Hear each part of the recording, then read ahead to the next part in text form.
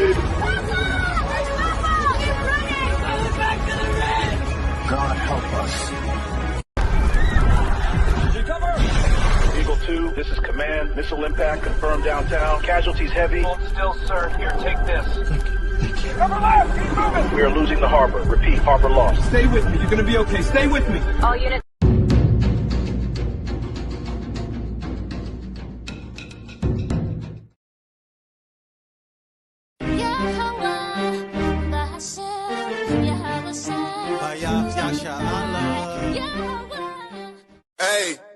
We remain faithful in temptation, rejoice in tribulation, demonstrate patience in every situation, picking up the pieces to their heart restoration. People broken hearted and in need of salvation. Yeah. We in captivity, we done lost our history, disconnected from his laws, now there's no integrity. Here's the book and let them see, because they dying in these streets, walking in darkness, and where the carcass is, the eagles be. Walking in darkness and where the carcass around us like vultures, murder on their mind when they approach us. Let your light shine, watch them scatter like roaches. Babylon falling cause we taking back our culture. Heal our land, Abba now, put us back in agriculture. This word burning them up, Romans is a flamethrower. We prophesy destruction, nukes coming, game over. International, continental, ballistic missile. Them bombs dropping like rain, no drizzle. The lake of fire make them sizzle, showing fruits of the spirit. We don't gather figs of thistles. That's the dog, you know, so just like you were saying, like the dog.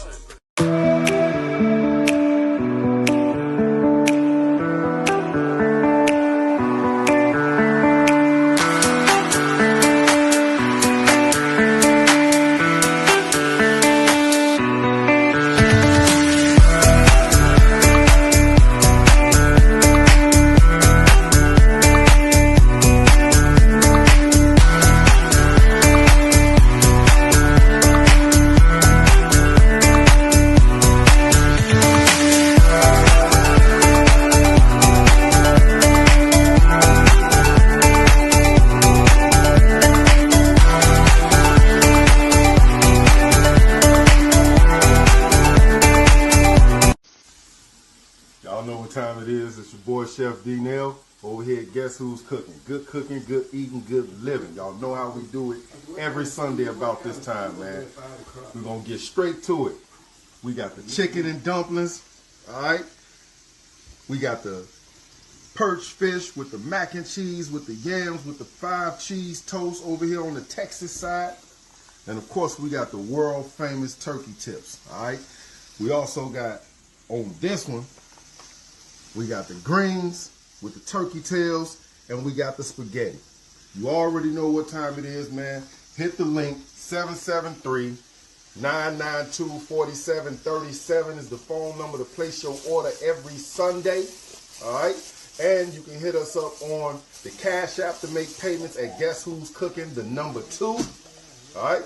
You can hit the www.guesswho'scooking on the World Wide Web. You can catch us on Facebook Marketplace under Guess Who's Cooking, and of course on TikTok, man, at Guess Who's Cooking.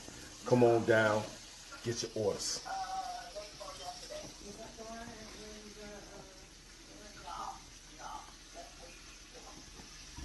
Give me shame, I give you peace from underneath. Give me mind and be in light to reignite.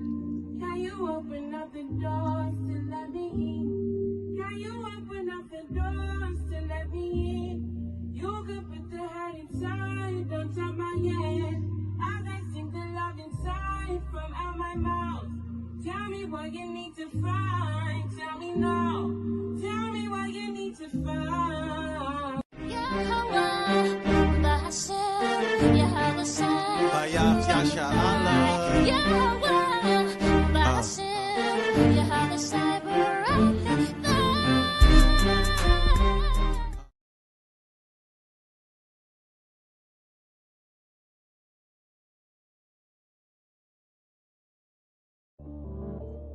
This the book of Job, chapter 11 and 14. If iniquity be in thy hand, put it far away, and let not wickedness dwell in thy tabernacles.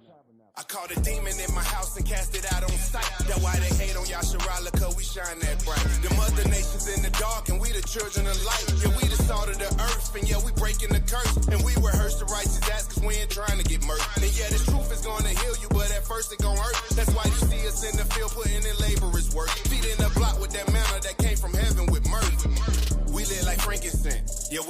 fishermen. We lit like 7 candlesticks. Confess my faults, no secret sin. They on the outside looking in, peeping in, peeking in. They thinking about sneaking in, but we perceive thoughts.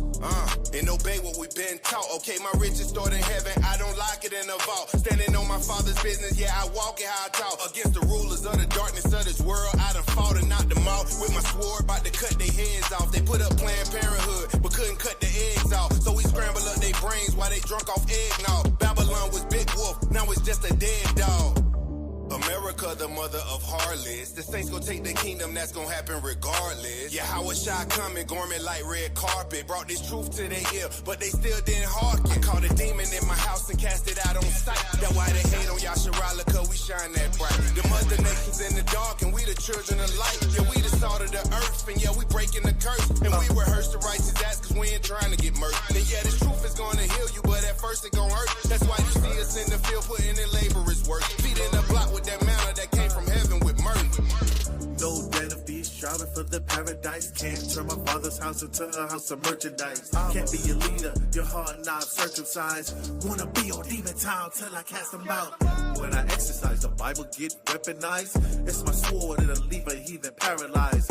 Holy Spirit get energized, prophecy visualized. Witchcraft get minimized through the vaccine they synthesize. Wanna see my people victimized. Tell the Allah how you come through and terrorize. Yasha Allah rise. My soul on fire, I see it in my eyes. Babylon, straight out the rotten apple. Grab Esau by his heel and his Adam's apple. Cast every single demon out the tabernacle. Yahweh shall return, leave them all trampled. I caught a demon in my house and cast it out on sight. That's why they hate on Yasharala, cause we shine that bright. The mother nations in the dark, and we the children of light. Yeah, we the salt of the earth, and yeah, we breaking the curse. And we rehearse the righteous acts, cause we ain't trying to get murdered. And yeah, this truth is gonna heal you, but at first it gon' hurt. That's why you see us in the field, putting in laborers work. Feet in the block with that manna that came from heaven with mercy.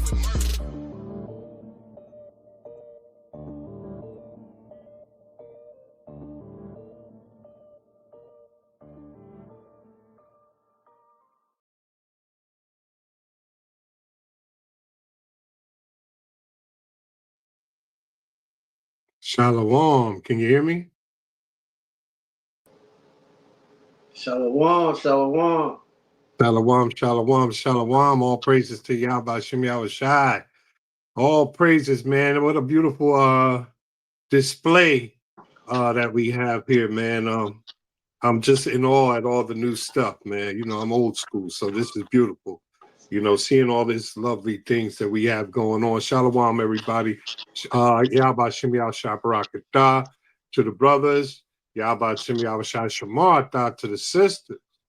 You understand? First and foremost, we want to say to Abanawo, Yahweh Bahashem Yahweh Shai, I ask that he move me out of the way and that he take over and that he use me as a vessel. You understand? So that whoever needs to be touched or edified by this word, I pray that he does it. I move myself out the way.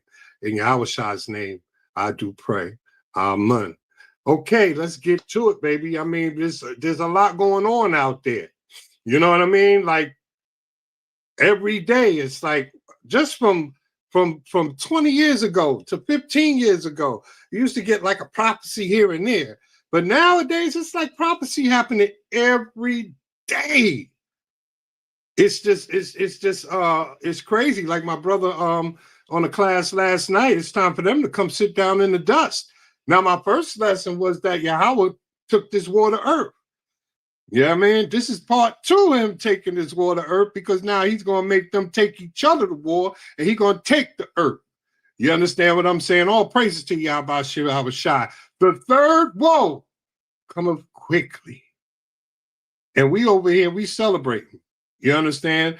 I know sometimes as a human being, we get a little nervous about what we see in the news and everything, but you know what? It's not time for nervousness, man.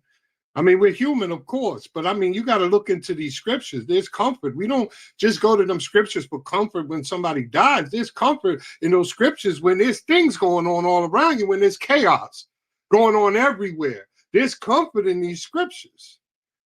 You understand what I'm saying? We know what's coming, because guess what? The Most High told us through these scriptures what's coming.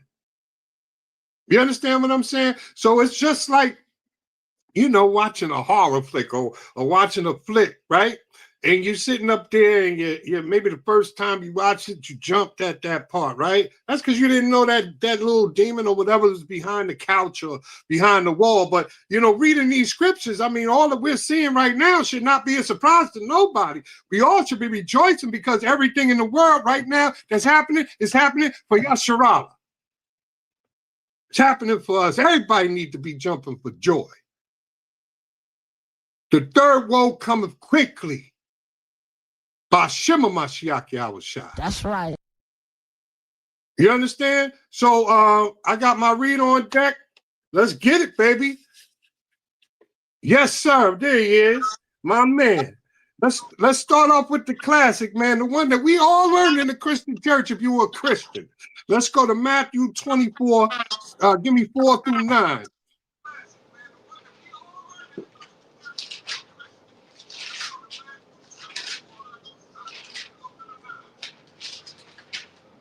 Take me off mute.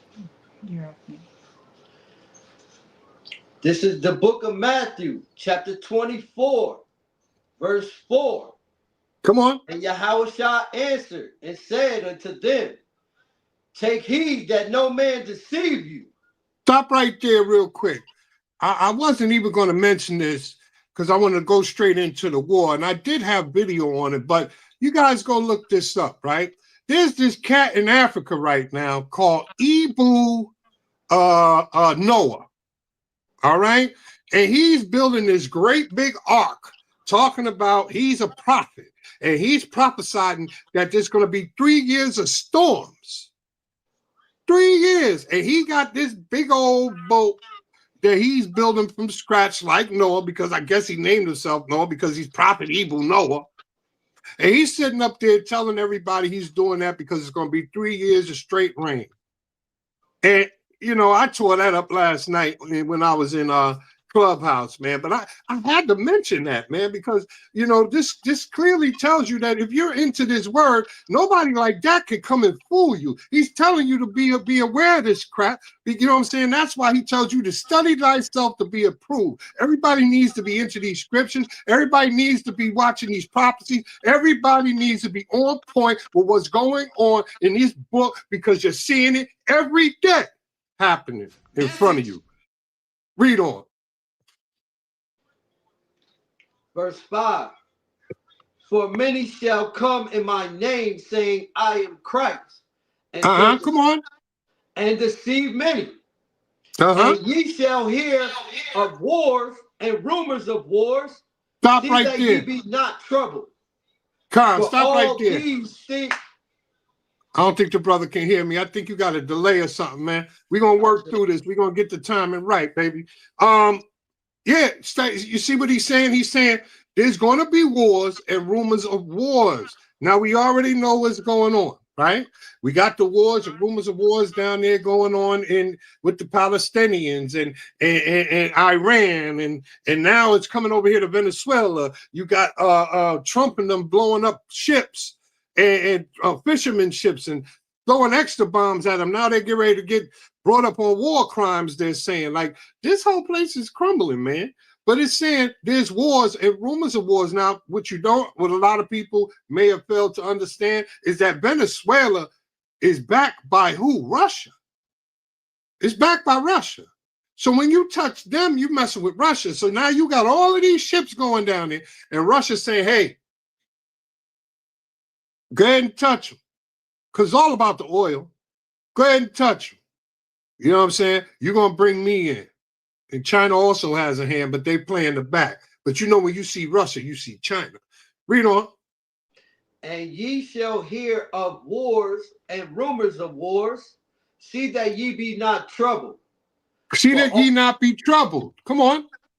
For all these things must come to pass.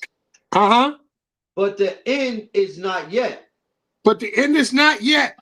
No matter what they saying, the end is not yet. There's an order to everything Yahweh, Bahashim, Yahweh Shai does. This is coming. Yes. World War III is coming. We've been hearing about this all our life. Armageddon. We've been hearing about this war all our life. I never in my life thought that I would be here to be talking about it with it being so close, because I see it in the scriptures and we seeing everything that we're seeing happening every day around us. I never thought that coming up. Oh, that's like the proverb that they talk about in Ezekiel 12, Ezekiel 12 and 21, where it says that, that's for a far off time. That's how I used to think till I started getting into these scriptures and I became a watchman, as the scriptures say. Become a watchman, meaning watch the signs, follow the commandments. You get a healthier understanding by following the commandments. When I was a Christian, I didn't understand half the stuff I did. Come on. Verse 7. For nation shall rise against nation, and kingdom against kingdom. Come on. There shall be famines and pestilence and earthquakes in diverse places. In diverse places. We already know we had a few of them up here in New York, New Jersey, Philly. The heck that happening from? We're not in Cali, you know. They just had a couple of big ones in Hawaii and everywhere. You got I covered it last time. Freaking 21 volcanoes going off in 1 week. That's shifting the earth. Most High is not playing. He's shaking this sucker like a rug, baby. And now he's putting the final touches on. He's going to make them cancel each other out. Read. Verse 8. All these are the beginning of sorrows. That's just the beginning. We in the beginning of sorrows, baby. That's it. Ain't no time to be fearful, man. Ain't no time to be saying, oh my God, and leaving this truth and falling back into something else that you like, oh, I got to go back to the world. I'm going to be a Christian again. For what? I don't even know how to do backflips, baby. I ain't flipping backwards. Read. Then shall they deliver you up to be afflicted. Now here we talking. Now here it's going to get a little harsher, because now we're going to be delivered up. Your own family members, your own peoples you grew up in your neighborhood, all the people that you thought loved you, who've been shunning you, calling you crazy, an Israelite, you're in a cult. 9 times out of 10, them the ones going to be turning you in, baby. Come on. Then shall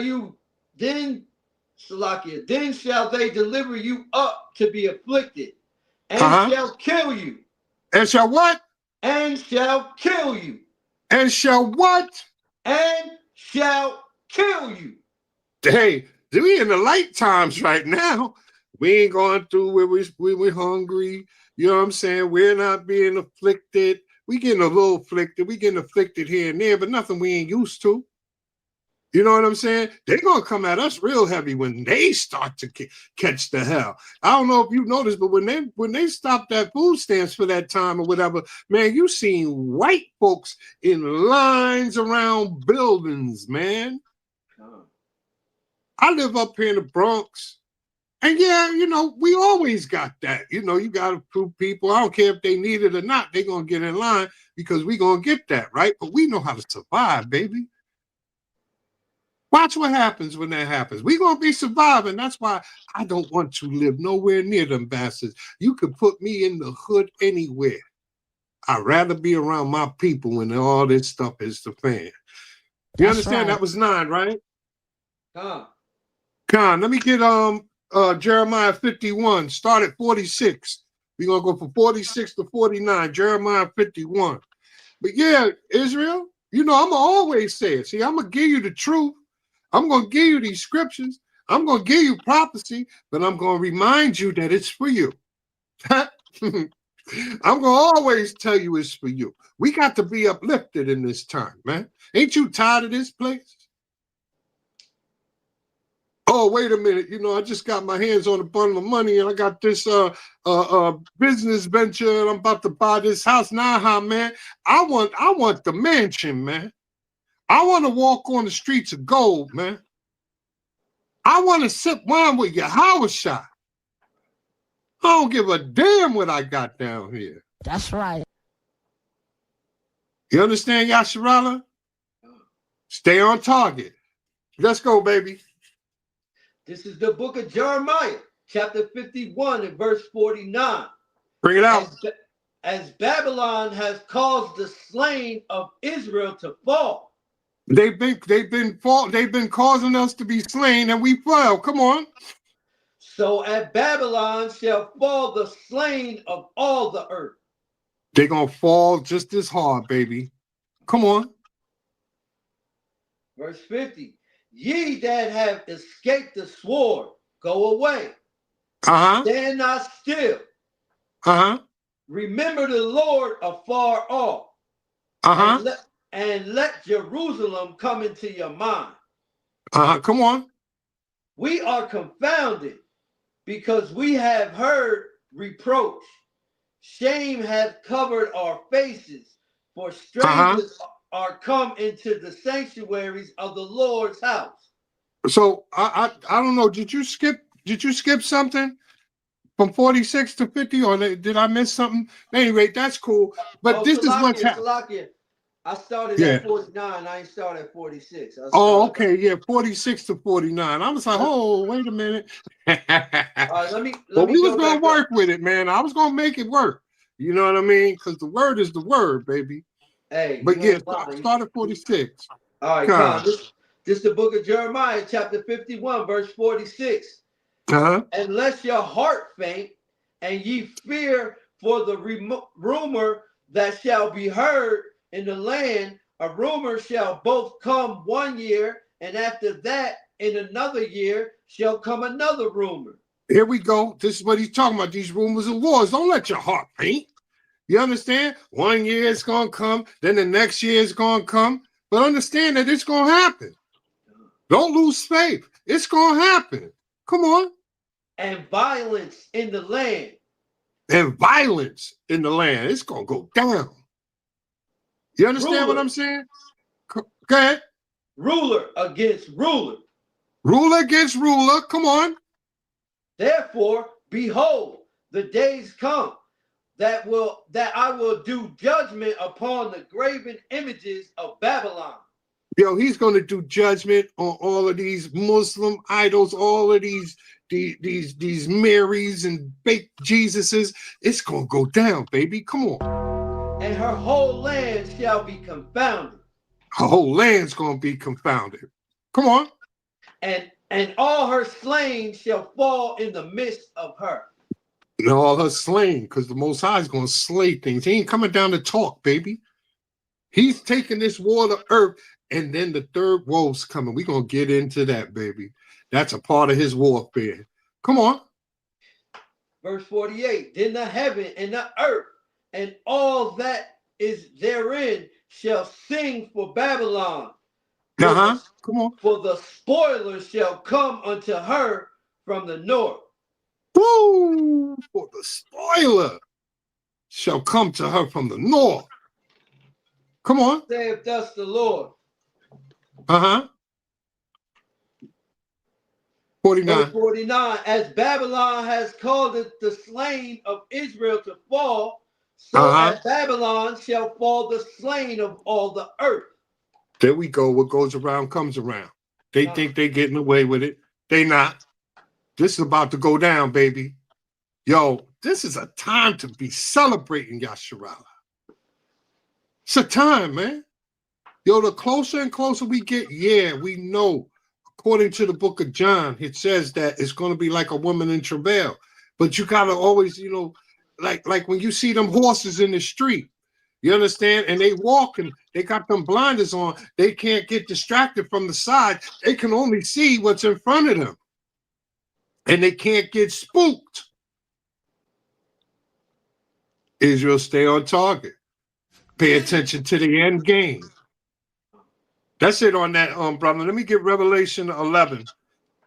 Start at 14. Give me 14 and 15. Revelation 11, 14, 15. We're going to start getting into it a little further now. You understand? But yeah, Yasharala, we got to stay on target, man. We got to know that this is for us, baby.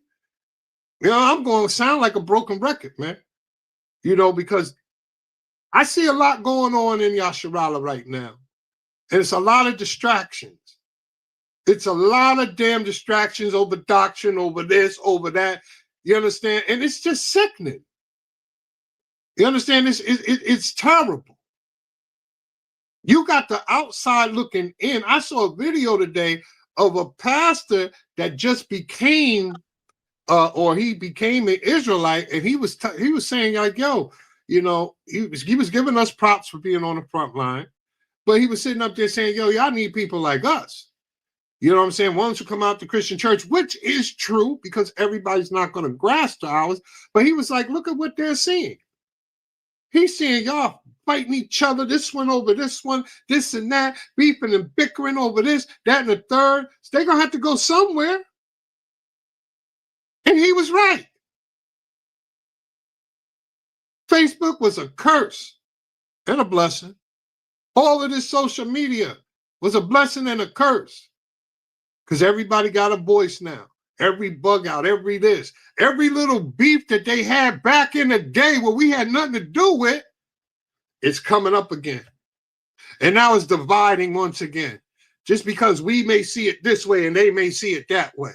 That's ridiculous. Cornelius ain't got nothing to do with the kingdom. You think I'm not going to get on the ship because I said he's not an Israelite? What kind of father do you think we serve? All right, give me that Revelation 11, Baba Kashar. This is the book of Revelation, chapter 11, verse 14. Come on. The second woe is past. The second woe, World War II, that has passed. Come on. And behold, the third woe cometh quickly. The third woe cometh quickly. Stop right there, brother. Hey, Abner, can you get me, I think it's like a 24, 25-second video of the chief of, he's the defense, Secretary of Defense, but now he's renamed this, the Defense Department, the defense, it's not defense, it's the War Department. Okay, and he's bringing up World War II. He's saying that we need to stand up, in other words. You understand? Because he's saying that war is coming, right? So if you could get that for me, I just want to fit that in with that scripture right there on what this white man's saying. Baba Kashar. It's coming. It's coming and they know it. The Most High put the spirit on them. You understand? The Most High put a heavy spirit on this man. Remember, this is his blessing. You understand? It's his blessing to go to war. This is all he know. I was reading somewhere where America is about to be 250 years old. Do you know how many years they weren't at war? They said between 15 years and 17 years out of 250 years. This is what you're dealing with. All right, here it come, baby. I want to listen to what this devil's saying. Oh, praises.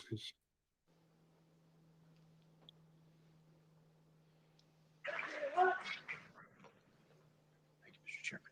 Thank you. Please take your seats.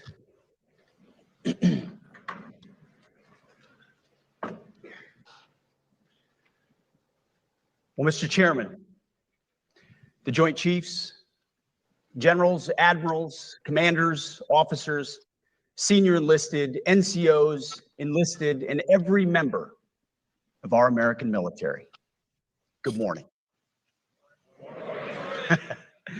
Good morning and welcome to the War Department. Because the era of the Department of Defense is over. Oh. You see, the motto of my first platoon was those who long for peace must prepare for war. This is, of course, not a new idea. This crowd knows that. The origin dates to the 4th century Rome and has been repeated ever since, including by our first commander-in-chief, George Washington, the first leader of the War Department. It captures a simple yet profound truth. To ensure peace, we must prepare for war. From this moment forward, the only mission of the newly restored Department of War is this: war fighting, preparing for war and preparing to win. unrelenting and uncompromising in that pursuit. Not because we want war. No one here wants war. But it's because we love peace. We love peace for our fellow citizens. They deserve peace, and they rightfully expect us to deliver it. Our number one job, of course, is to be strong so that we can prevent war in the first place. The president talks about it all the time. It's called peace through strength. And as history teaches us, the only people who actually deserve peace are those who are willing to wage war to defend it. That's why pacifism is so naive and dangerous.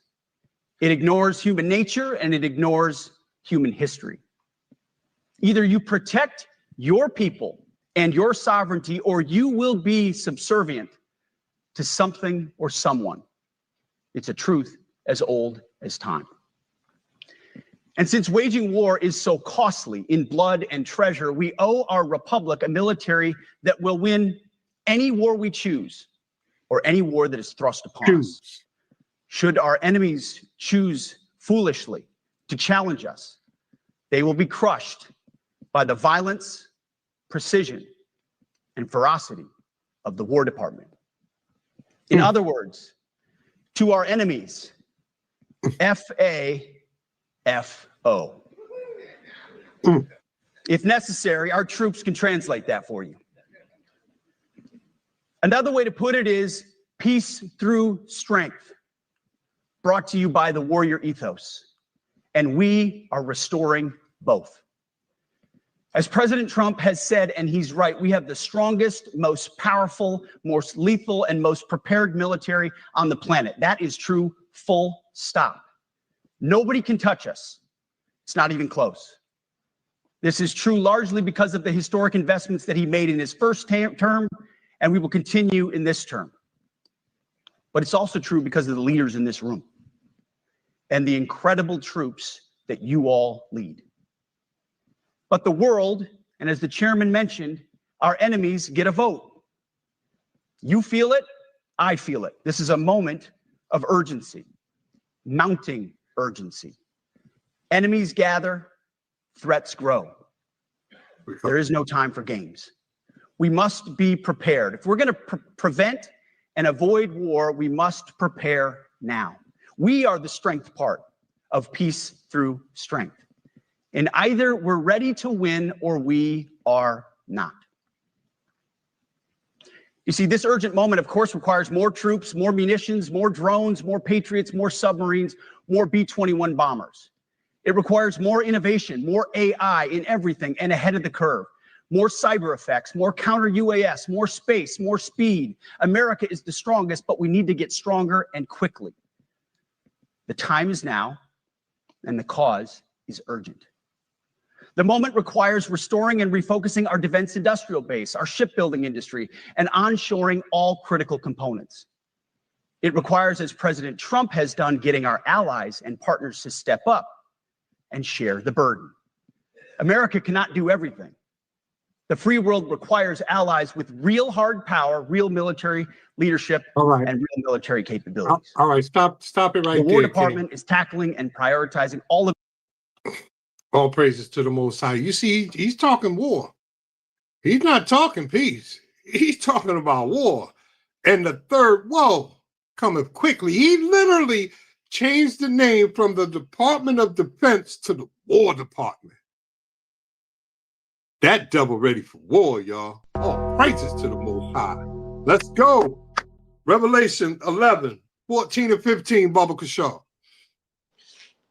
This is the book of Revelations, chapter 11, verse 14. The second woe is past. And behold, the third woe cometh quickly. The third woe, you hear him? He's ready for war. The only way we can have peace, this is how diabolical Esau is. You can't have peace, you know what I'm saying, by making a treaty and abiding by it. You got to have peace by taking people to war. Right. Yeah, it's diabolical, baby. Come on. Verse 15. And the seventh angel sounded, And there were great voices in heaven saying, the kingdom of this world are become the kingdoms of our Lord. That means when Yahushua come, he's gonna have that war, right? But when Yahushua come, he's coming to snatch all of that. You understand? He's gonna have all the crowns. He's coming to take the kingdom back. Now give me Revelation 16 and start at verse 12, because there's an order. Remember, like I was telling you, there's an order. If I go up further in this in Revelation, there's an order, you know, that you can go back and look at with the global warming from the 90s and everything, and it's all accumulating up to right now. But we're going to get right into what we've seen just recently. Give me Revelation 16, 12 through 16, Baba Kushal. Come. This is the book of Revelations, chapter 16, verse 12. And the sixth angel poured out his vial upon the great river Euphrates. The sixth angel. There's 7 seals, but the sixth angel poured out his vial on what? The great river Euphrates. Come on. And the water thereof was dried up. Everybody knows, if you've been paying attention, that Euphrates is almost bone dry right now. If not, they said it was going to be bone dry by the end of this year. That's a heavy sign, baby. Come on. That the way of the kings of the east might be prepared. So that the kings of the east can be prepared to roll through. Come on. And I saw 3 unclean spirits like frogs come out of the mouth of the dragon. Up out of the dragon, the red dragon, the white man. Come on. And out of the mouth of the beast. Out of the beast. Come on. And out of the mouth of the false prophet. And out of the mouth of the false prophet. Come on. For they are the spirits of devils. They're straight devils. The spirits of devils. Come on. Working miracles which go forth unto the kings of the earth and the whole world. They go forth to the kings of the earth. Come on. These spirits of devils. Come on. To gather them to the battle of that great day of God Almighty. See, that's what you're seeing happening right now. You understand? They're being gathered all over. If you remember what happened down there in the palace where Palestinians are, they started bombing them. The Muslim world got upset, you know what I'm saying, and started to throw bombs their way.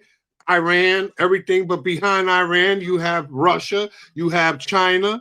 They had started moving battleships in there. America moved battleships because who's behind the so-called Jews? You understand? The America and Europe, right? So you had all of them. You had Pakistan standing up. You had India standing up, talking about we got nukes. You understand? This thing is going to be full-fledged. But always remember this. Every single one of them bastards touched us. So they're being pulled in for a reason. We'll get into it later. Come on. Verse 15. Behold, I come as a thief. Blessed is he that watcheth. Blessed is he that watcheth. Hold on. That's what we're doing right now. We're the blessed ones because we're watching the signs. Come on. And keepeth his garments. And keep his garments. Why does he say keep your garments? That means keep the commandments, and I'm going to explain further. Come on. Lest he walk naked, and they Lest see he walk his shame. naked and ashamed, right? So when you're naked, that means your sin. When you're ashamed, that means you're naked and ashamed, meaning your sin shows. You understand what I'm saying? You keep the garment. The garment covers up your sins. What is sin? Transgression of the law. That's why you know the garment is the law. That's right. Come on. Verse 16. And he gathered them together into a place called in the Hebrew tongue Armageddon. Armageddon. See, this is how it's happening. You seen the Euphrates dry up. After you seen the Euphrates dried up, then you're starting to see all of these wars and rumors of wars really amping up. You're starting to see real action happening. But it's not yet. But it's coming. And next, read the next verse, because once that Armageddon starts, what's the next verse? Read the next one. Come on. 17. And the seventh angel poured out his vial into the air. Do you see how close we are? The seventh angel. Come on. And there came a great voice out of the temple of heaven. From the throne, saying, what? There was a great earthquake. But you go back, saying what? What did that angel say? Oh, Salakia. It is done. And it is what? It is done. It is what? It is done. It is done. This is how close we are. The Euphrates dried up. Now the wars are getting heavy. The kings of the east and everything is getting ready. They're gathering for war. Because the third war cometh quickly. But what's after the third war? It is done. That's right. Shema Mashiach Yahushua. Boom. You know what I mean? Yeah. Give me Revelation 6 and 4, Baba Kishar. Yeah, I'm excited. I'm excited about this. I don't know what y'all are, but I'm excited. This is great news for us, Israel. The more these prophecies come to pass, the closer and closer and closer we get to getting our kingdom back. Read. Chapter 6, verse 4. Come on. And there went out another horse that was red. That was what? That was red. Come on. And power was given to him that sat thereon to take peace from the earth. To take peace from the earth. What's red? We know Esau's red. That's war. Esau took peace from the earth. He came over here and disrupted the peace that all the native tribes and everybody had peace with the earth, had peace with the sky, had peace with the sea, had peace with each other. And then this red devil came and brought war. That's it on that? That's 4? It's more on that. Bring it out, King. All right. And that they should kill one another, and there was given unto him a great sword. And given to him a great sword. That's what, thank you. I'm glad, because this is important. Because what was Esau blessed with? The sword. The sword. Oh, praises to the Most High. Let's go prove that he's red. Give me Genesis 25:25, baby. We're going to put this together. You know what I mean? We're going to put this together here. This horse was red, bringing war. Esau's what? Red devil. And all he does is war. I just told you. Y'all can look this up for yourself. How many years? Matter of fact, can you look that up? Type that in real quick. How many years was the United States, did they have peace when they weren't at war? Check that. Google that. What? When you get a chance, type that in, King.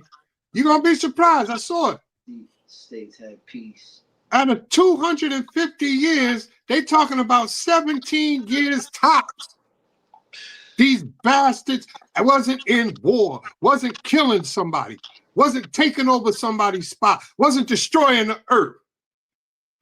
And people want to save them. You're going to save yourself getting rid of this joker. What's that say there? Can you enlarge that?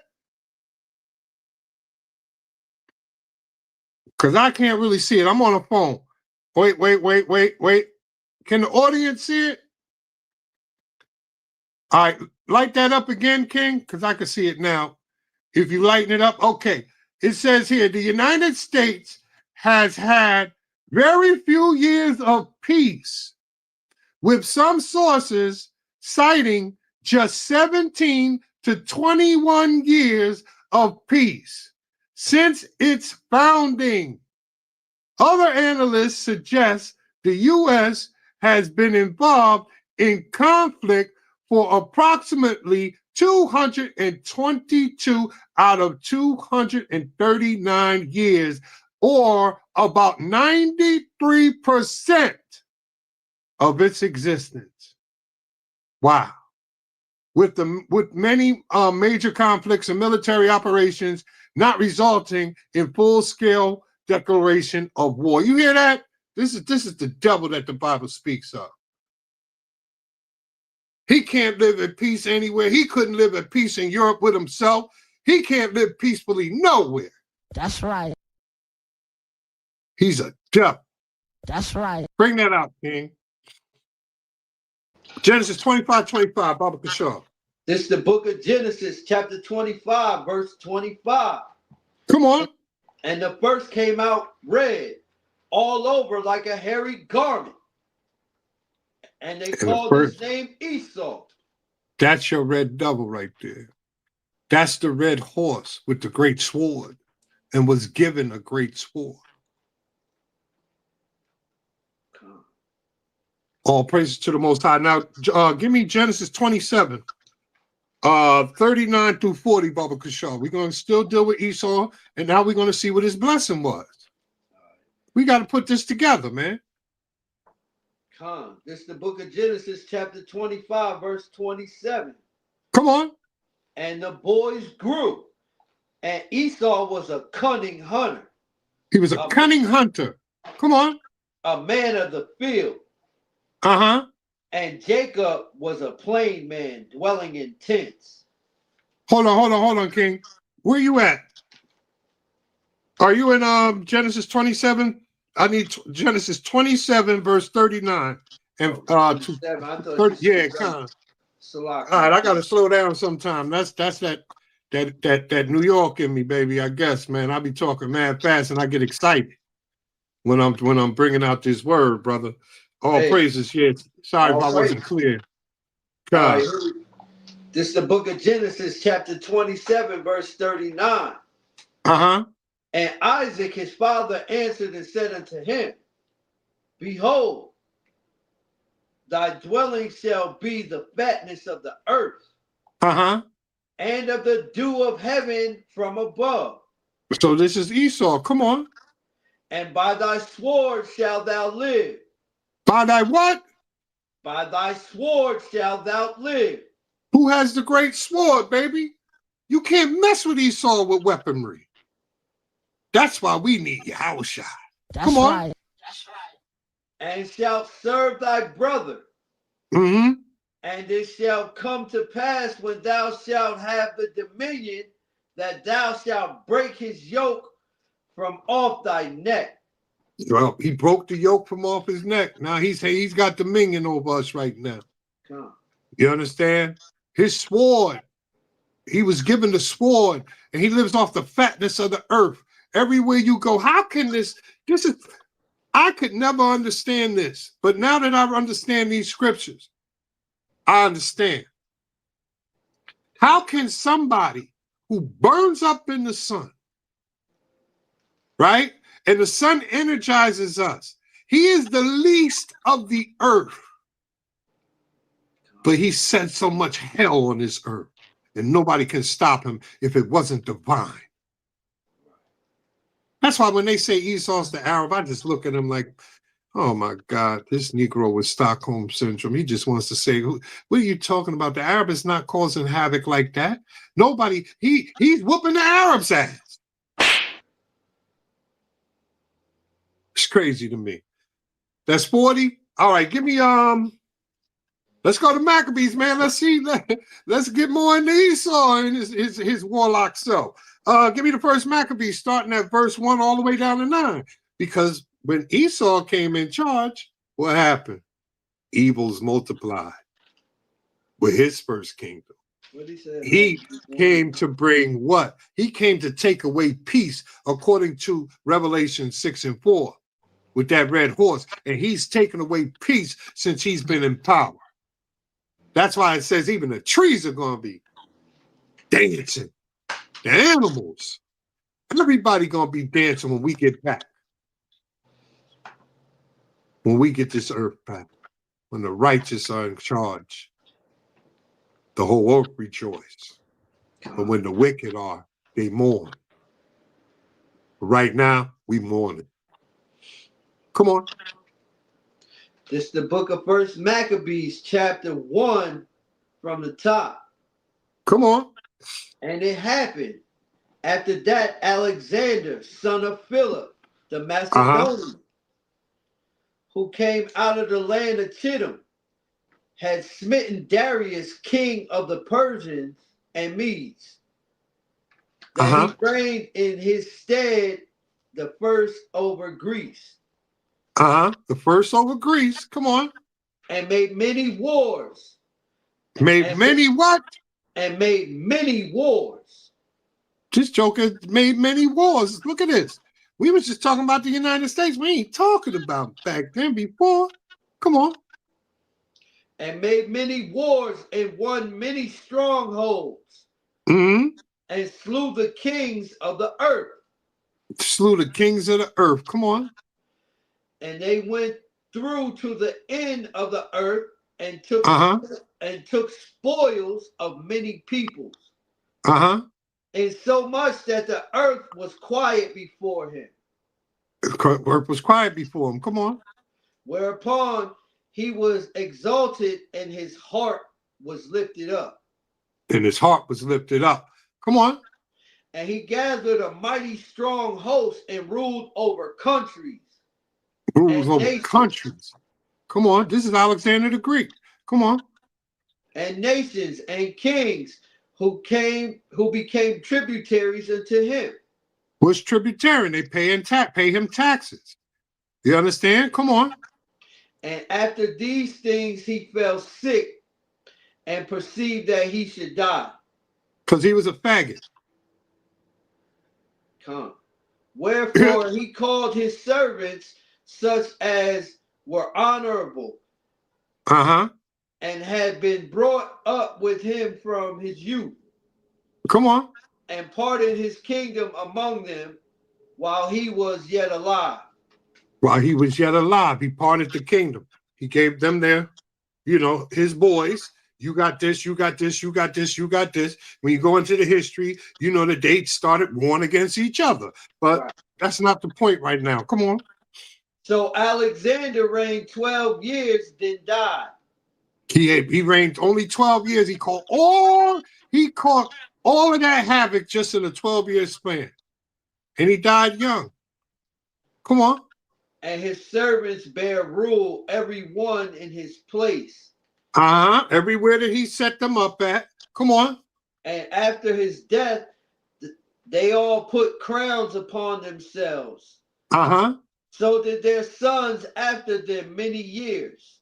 And evils were multiplied. And evils were multiplied in the earth. And evils were multiplied on the earth. They came and they took away all the peace, baby. Thus saith the Lord, thus saith the Holy Bible. And this is his story. This is his story. That's Alexander the Greek. And that's Ptolemy and all of his boys. And then they went to war, but we're not going to go into that history. You understand? Hey, listen, get that film where he's going down and messing with Venezuela. Matter of fact, get the article. I'm sorry. Give me the article where they're messing with Venezuela, and they made that so-called oops, and it's a war crime now. They're talking about bringing them up on war crimes, but Trump and them don't care. But this is what's going on. This is what's going on in the end. It's crazy, but it's all a part of the Most High's plan. It's all his doing because it's the Most High that controls the kings of the earth, right? Hey, give me that in Proverbs real quick. Proverbs 21:1. Let's prove that. You know, the Most High is controlling all of this. You know? The Most High is in control. All praises to Yahweh Shem Yahushua. That's why I say rejoice, Yasharal. It's time to rejoice, baby. Most High is holding it down. And he's revenging. He said vengeance is his. And this is how he's getting it. Bring that out, King. This is the book of Proverbs, chapter 21 from the top. Uh-huh. The king's heart is in the hand of the Lord. Meaning his mind is in the hand of the Most High. Come on. As the rivers of water, he turns it whatsoever he will. So he controls it. He got Trump doing it, whatever he wants. Trump, do this. Trump, do that. Do you realize how much prophecy Trump has? Y'all, everybody should have voted for Trump, even though we don't vote. Everybody should have voted for that nigga.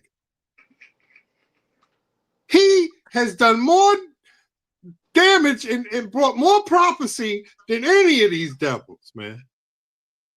All praises to the Most High for putting Trump in office so he can fulfill what he wants him to do. People all running around here, oh, Trump, man, let Trump do his thing, man. Most High controlling him. You know what I'm saying? And hopefully our people won't just blame Trump.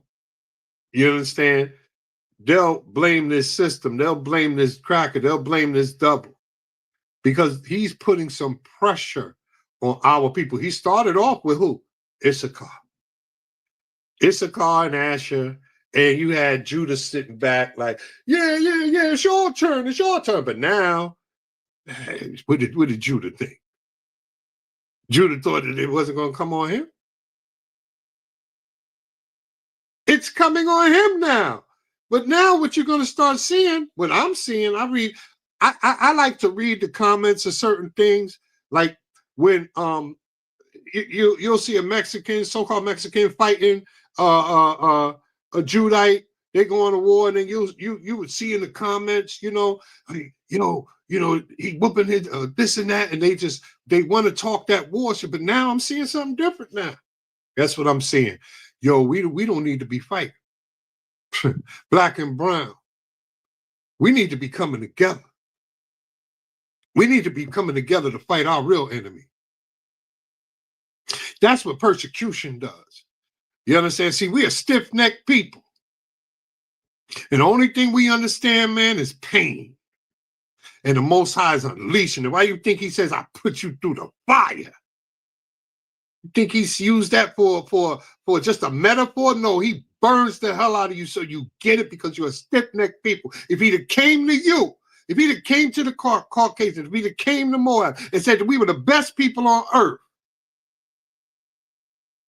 they would just do it. Not us. Not us. Nah, we just came through the Red Sea. And then we went and put up a cap. I mean, what else the Most High? I mean, the Most High did everything. He gave, man, when you go into the book of, man, my mind's going all over the place, baby. When you go into the book of Wisdom of Solomon, and he's talking to you about what he did, Wisdom of Solomon 17, oh my God, the 3 days of darkness, he had apparitions, ghosts, all of that shit, scaring them to death, and they couldn't even flick a light. And this is what the children of Israel witnessed, our people. And we still want to do what they do. All praise to Yahweh Shem Yahushua, for us that are waking up. I just want us to do better in Israel. I want us, and I'm going to keep talking about it, the sensationalism is bullshit. You know what I'm saying? Because at the end of the day, you could talk that shit, right? You could talk that sensational crap. You could talk about Cornelius. You could talk about this, that, and the third, because ain't no true pressure coming on you. What you think they're going to do when they start kicking down our doors? Do you believe Cornelius was an Israelite? Come with me. Dumbasses.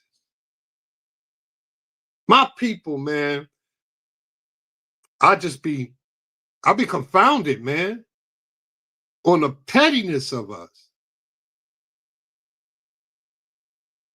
Oh my God. What you got for me? I didn't give you something. I'm waiting for my man. He coming up with that article? I did, Salaki. I got Wisdom of Solomon, chapter 17. You was just touching. You wanted to go into that a little bit? I mean, you might as well while we waiting. Okay, hold on. Here go the article. All right, we can get that though. Can you see that article, brother? Or you want me to read it? I can't see it. Okay. Trump struggles with Venezuela. Dimala, I can't pronounce his name. Maduro digs in and storm builds at home over potential war crimes. So it's good. They're wicked as hell. So they did something foul. So now they get ready to get dealt with, possibly, which they'll get away with it. War crimes. Right. Trump gathered top national security officials and aides at an Oval Office meeting Monday, even seeking to define next steps in a showdown now slipping out of his control, both inside the impoverished, oil-rich nation and in Washington. Before the talks, President Nicolas Maduro, the Venezuelan dictator, look at him, you see how they call him a dictator? When Trump is doing some dictator stuff right now, defiantly danced before a huge crowd of supporters in caucuses in Trump-style open-air rally, shattering provision rumors he'd bowed to the U.S. calls to leave the country. We do not want peace of slaves, nor do we want peace of colonists, Maduro says. So he's saying, we don't, you cats are coming over here, we don't want you here, trying to enslave us, trying to, put us into submission. You're like, we don't want that. The thin domestic political underpinnings of Trump campaign are growing more fragile as the White House fails to quell a growing controversy over a follow-up U.S. airstrike that reportedly killed several surviving crew members of an alleged drug trafficking boat in the Caribbean. Trump's Democratic critics on Capitol Hill are warning of a potential war crime. And several powerful Republicans are shaking and are signaling a rare willingness to rigorously investigate the administration. So he's saying, his boys are, talking about they seen what he did and they trying to leave him out there. They like, nah, man, what you did was foul.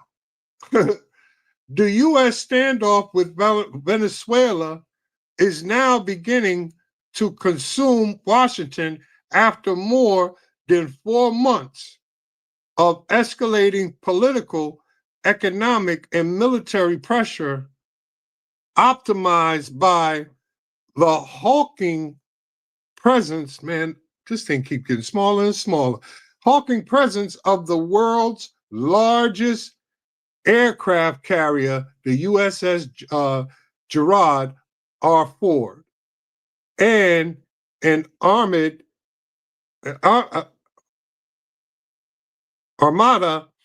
of U.S. ships in the waters of Venezuela. So they're surrounded.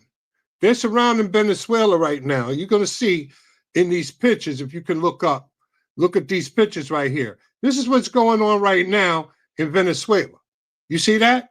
Little old Venezuela. You got all of this going on.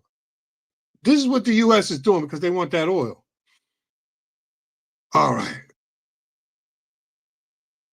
There is increasing scrutiny of Defense Secretary Pete Hegseth's role in the boat strike. The former Fox News anchor was a controversial pick to run the Pentagon, and his lack of experience, abrasive manner, and rejection of some of the military ethical and legal safeguards in threatening to make him a political burden for the president as Democrats demand his resignation. So that's the guy that we saw earlier, talking about he changed it from defense to war, the War Department. You can see he's so arrogant, it's crazy. The Most High setting it up, baby. You gotta love it. Yo, he putting the proper pieces in order. But more broadly, Maduro's defiance is presenting Trump and Hegseth, the chairman of the Joint Chief of Staff, Dan Kane, Secretary of State Marco Rubio, and other top officials expected at the Oval Office meeting with the deepening strategic dilemma. You bring that up? Strategic dilemma, Shalakia. My eyes aren't okay. Trump is talking a big game. Is that it on that? Can't be. On Thursday, he threatened attacks on drug cartel targets on land in Venezuela would begin very soon. So he's talking about going in on land now. You know what I'm saying? But Russia's saying something else. I don't know if it's in this article, but we'll bring up because Russia's saying, hey, watch your step, Salaki. Come on. I can read it for you. Yeah. Thank you, because I can't see a damn thing. On Thursday, he threatened attacks on drug cartel targets on land and Venezuela will begin very soon. He declared on Saturday the country's airspace should be considered closed, though Venezuela says it's still receiving communications from Washington about deportation flights. Maduro has gone nowhere. The U.S. president, who has been sensitive in the past to any suggestion he chickens out, after making threats, must now consider whether his saber rattling is beginning to lack credibility without a demonstration of military force that would draw him into an overseas conflict. Maduro defined U.S. options to lead. Washington hopes that his military buildup so rattles Maduro that he accept exile overseas or that an inner circle generals topple him. Trump confirmed Sunday he spoke to Maduro by phone recently, but the Venezuela strongman stayed put. Venezuela opposition political David Samansky told Jim Sakato on the brief on CNN International Monday that Maduro has previously been given options by United States to leave the country. So they're trying to kick him out of his own country. They want that all bad. They're back there lying about drugs. It's just an excuse. They don't care nothing about drugs. How many drugs they let up in here? I mean, how we especially us in the 80s, from the 80s and everything, we can go back into the history books and tell you how many dealings that who was it?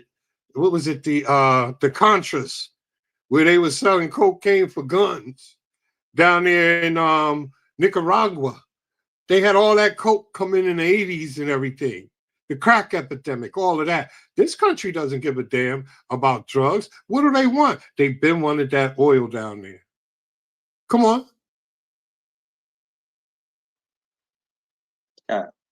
But the failure of the regime to crack so far will test Trump's willingness to live up to his threat to do things the hard way, as Maduro characteristically drags out negotiations and drags out negotiations and cries to weaken the will of his adversaries. Maduro's obduracy also raises the question of whether any level of U.S. pressure short of military action will begin to fray his regime. One possibility is that the administration underestimated the power of staying to like it unedimated so like it. I'm getting tongue tied. Underestimated the power of the Maduro power base. A regular failing for U.S. governments over the years that hope to see the collapse of totalitarian rivals and enemy nations. Maduro will be hoping that Trump loses patience, start looking for culprits in his inner circle, and seeks his own way out. If the president does pick military action, the idea of a full-scale invasion of Venezuela still seems unthinkable. So does he have options that would so rattle Maduro's security that it could change the political equation and Caracas, or would attacks on alleged drug trafficking sites or military bases embolden Maduro, unify public opinion around him, and make him believe he can tough it out? That it on that? Got a little bit more? Okay. The choices facing Trump are especially stark because a largely peaceful ouster of Maduro that delivered freedom to millions of Venezuelans after 2 decades of dictatorial rule and a restored democracy will be a foreign policy Trump. It will also send a message of U.S. power and intent to other U.S. foes in the region, including Cuba, and show China and Russia, which try to create regional influence and disruption, that Trump rules his geopolitical background. A successful Venezuela strategy could confound establishment foreign policy crisis just as Trump did by bombing Iran's nuclear plants earlier this year, a gamble that was more successful and triggered fewer dangerous consequences that many experts had feared. But if the Maduro survives the U.S. troop buildup and intense pressure, he'll deliver a devastating statement of his own to Trump. The president's authority will ebb. Autocrats in Beijing and Moscow, who he loves to impress, will take note. Presidents who recall aircraft carriers, battle groups from Europe and station them off Latin America amid belligerent rhetoric tend to create such credibility tests for themselves. That's it. This was really an effort, I think, to signal and to try to scare the Maduro government and Maduro himself into leaving or overthrowing him if he refused to go. That hasn't happened. Christopher Sabatini, senior fellow for Latin America at Chatham House in London, told CNN's Isa Soros, "It's a do or die moment for Donald Trump. Does he try to de-escalate?" Sabatini went on, "He got himself in a box. Does he continue to double down, or does he try to find some sort of negotiated exit, not only for Maduro, but also for himself, declaring victory and moving on? We don't yet know what Trump is willing to risk to reach his goals in Venezuela. In the hope of installing a U.S.-friendly government that could accept the mass return of migrants from the crackdown that he might be willing to play in the lucrative oil and minerals deals that underpin his foreign policy."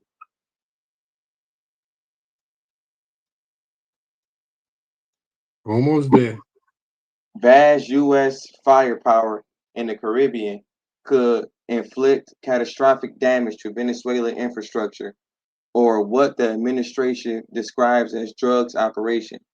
even if mostly fentanyl that the U.S. have used as justification in its tactics into the U.S. through Mexico. Cruise missiles or carrier launch airstrikes or land-based aircraft in the region could shatter Maduro's forces. But any U.S. losses or inadvertent civilian casualties could backfire on Trump and cause a political disaster at a time when polls show overwhelming numbers of American opposed military action in Venezuela. So most Americans oppose it. Most Americans don't. They see right through this crap.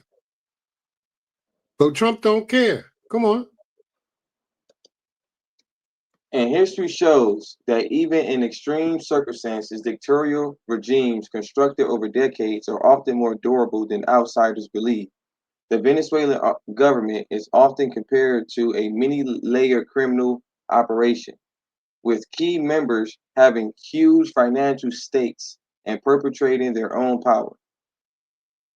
And while many outsiders hope that Trump pressure will lead to the rise of country's rightful democratic rulers, some analysts fear a government fracturing could cause chaos and bloodshed and prolonged political uncertainty. Thus, none of the options that the Trump inner circle was contemplating on Monday comes with zero cost. White House flails over follow-up boat strike. Here we go.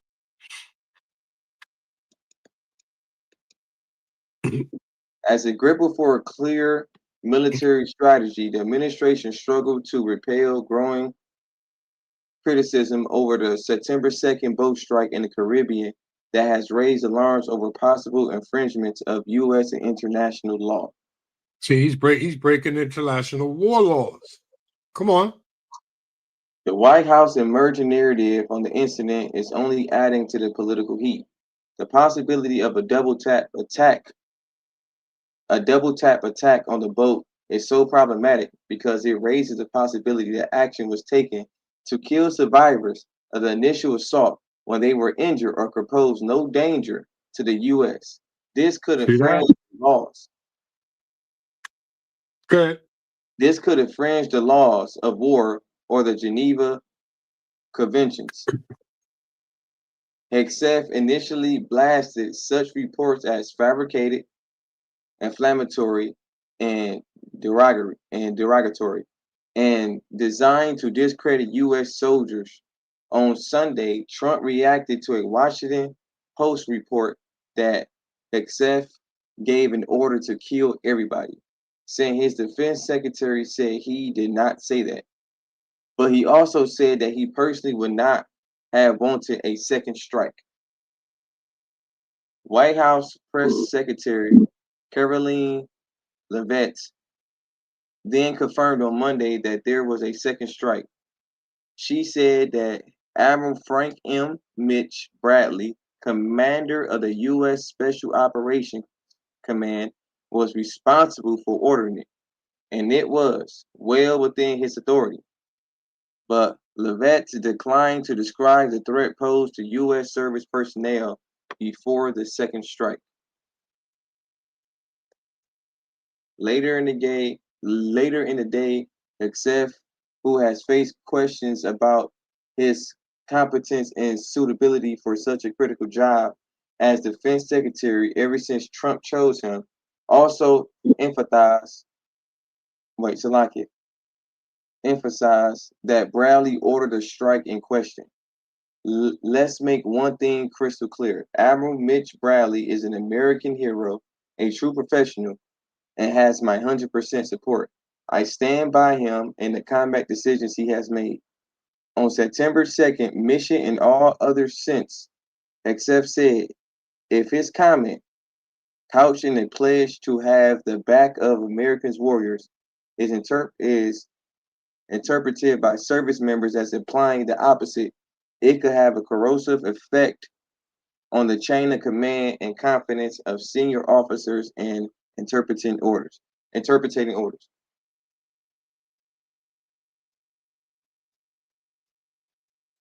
Politically, the administration strategy should be to consistently repeat that Trump and Hegseth had themselves declared that they have legal authority for attacks on boats carrying narco-terrorists. But this approach ignores profound legal critiques of their actions and authority.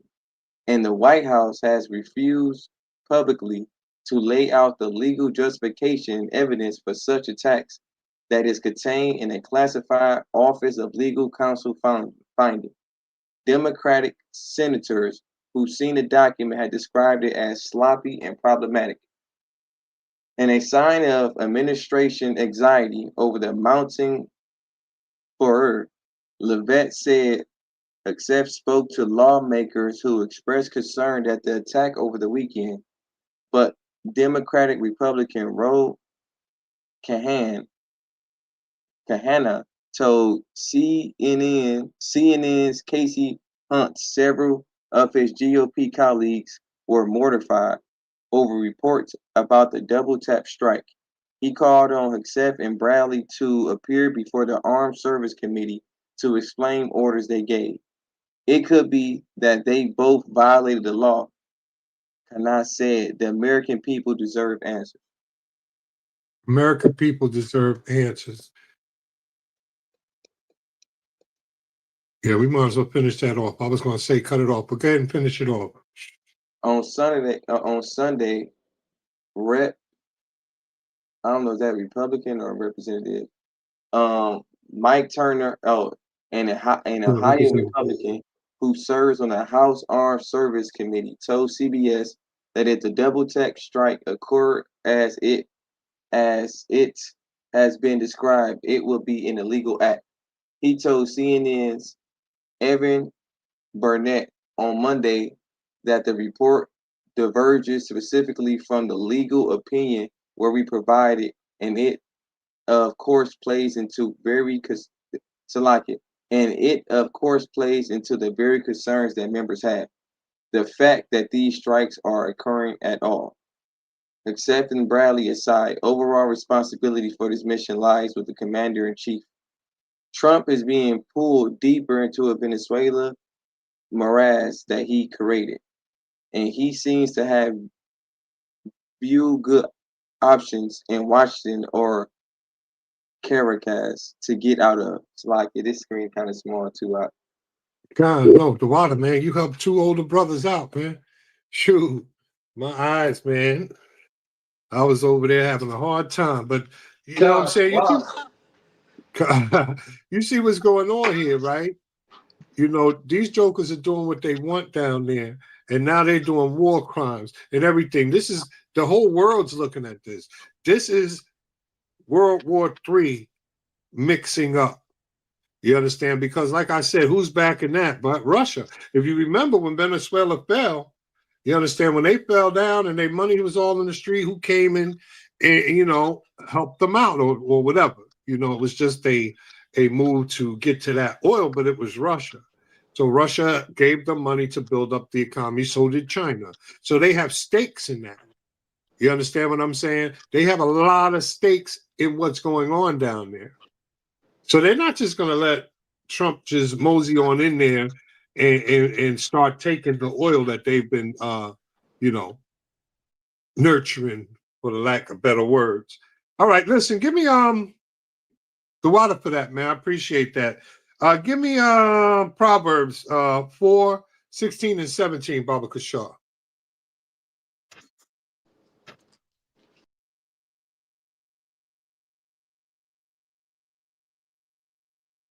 Chapter 4, verse 16, and it reads, "But they sleep not, except they have done mischief." They sleep. They can't sleep unless they've done mischief. This is Esau. Come on. And their sleep is taken away. Uh-huh. Unless they cause some to fall. Unless they cause somebody to fall. You see that? This is what they're doing down in Venezuela. This is what they've done all over the earth. This is Esau. They can't sleep unless they're doing somebody dirty. They can't sleep unless they're making somebody fall and taking somebody over. This is the devil that the Bible speaks of. Read on. Verse 17. For they eat the bread of wickedness. They eat the bread of wickedness. Come on. And wine of violence. And they drink the wine of violence. This is your friendly neighborhood white man. Right. Give me Ecclesiastes in the Bible, 3 and 8. Let's get this classic.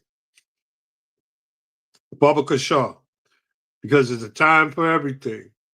Right now, it's wartime, baby. The third war cometh quickly. All praises to the Most High. Ecclesiastes 3 and 8, Baba Kashaw. What is that? Ecclesiastes. Okay. Yeah, in the Bible, not the Ecclesiasticus. But yeah, you know what this is what's going on. This is the man that you're speaking of. This is the man that we deal with. And this is a man that a whole lot of people want to say. I'm going to constantly keep pushing this in people's head, man. You know? Right now. Found it yet, King? All right, this is the book of Ecclesiastes, chapter 3, verse 8. A time to love and a time to hate. Uh-huh. A time of war. A time of what? Of peace. And a time of war. And a time of peace. Now, when it was time for peace, Esau took away all the peace. Right? It says that in there. He came and took peace. You understand? He came and he brought war. He's hated everything on this earth, but yet we're accused of it ourselves.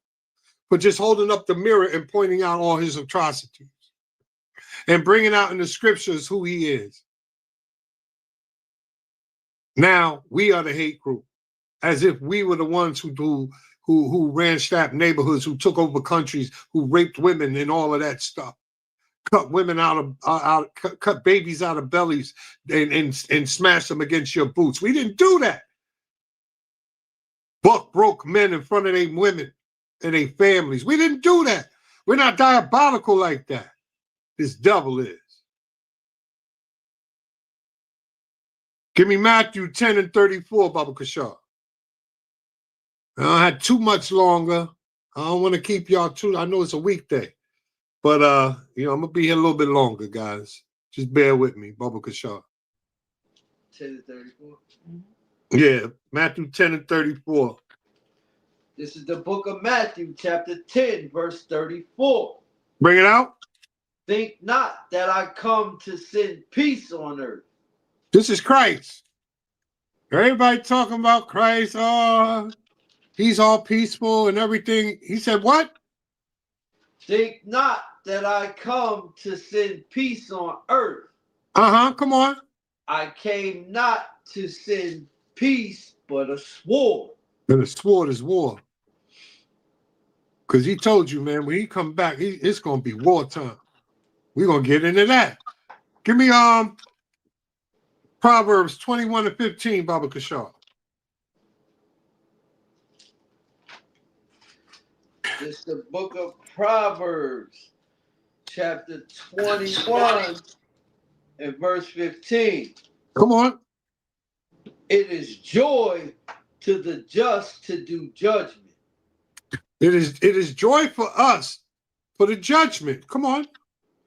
But destruction shall be to the workers of iniquity. But destruction shall be of the workers of iniquity. You understand? It's joy for us. This is why I keep saying, be joyful. This is a joyful time to watch your enemy get destroyed. To watch your enemy crumbling, his kingdom crumbling, all his strongholds all over the earth is crumbling. That's right. It's joy to watch the judgment, man. It's joy to watch him getting his. As he gave it to us for so many years and still giving it to us, and he ain't done yet. But it's sure joy to watch him get spanked up. Give me Isaiah 19 and 2, Baba Kashaw.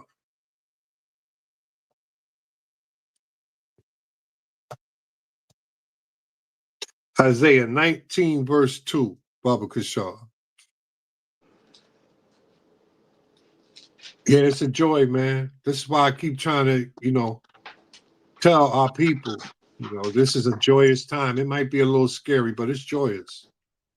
It's a joyous time, man. It's a great time to be alive. All the ancestors, all the prophets, man, they wanted to be here, because they wanted to see the kingdom come back into the hands of Israel. And right now we are close. I'm That's not right. saying I know the day of time. Nobody here knows the day of time, but we can be watchers, and we're supposed to be watchers. We're supposed to watch the sign. That's why we're blessed, because when we see these signs happening, we work on ourselves and stop worried about other people's doctrine. You understand? You work on yourself so that you can be without spot or blemish, instead of causing havoc within the community. Israel just doesn't get it. They read these scriptures for what? Come on. Chapter 19, verse 2. Come on. And I will set the Egyptians against the Egyptians. The Egyptians against the Egyptians. Remember, we are what? We are in second Egypt. So he said he's going to set them against each other. And that's what you're seeing, the Democrats and all of that. Everybody's going crazy. Everybody hates Trump, this, that, and the third. You understand? The Egyptians are fighting the Egyptians. Come on. And they shall fight everyone against his brother, and everyone against his neighbor. And everyone against his neighbor. You understand? This is the Most High's doing. He's doing that. He said, I will set them amongst each other. Remember, he said what? A kingdom can't stand unless they're together. If they're divided, they're going to fall. So the Most High is dividing them. He's putting them spirits on them and dividing them and conquering them as they do everybody else. But this is the Most High God doing it. Let's get Second Chronicles, man. Second Chronicles chapter 20. Because he's going to show you how he did this here. And then this is going to go into what? The Valley of Jehoshaphat. This all connects, man. All connects. All praises to the Most High. This is coming right back to Armageddon. But we're going to see what he did beforehand. And then we're going to look at what he did, and we're going to look at what our ancestors did. Because our war is what? It's not of flesh and blood.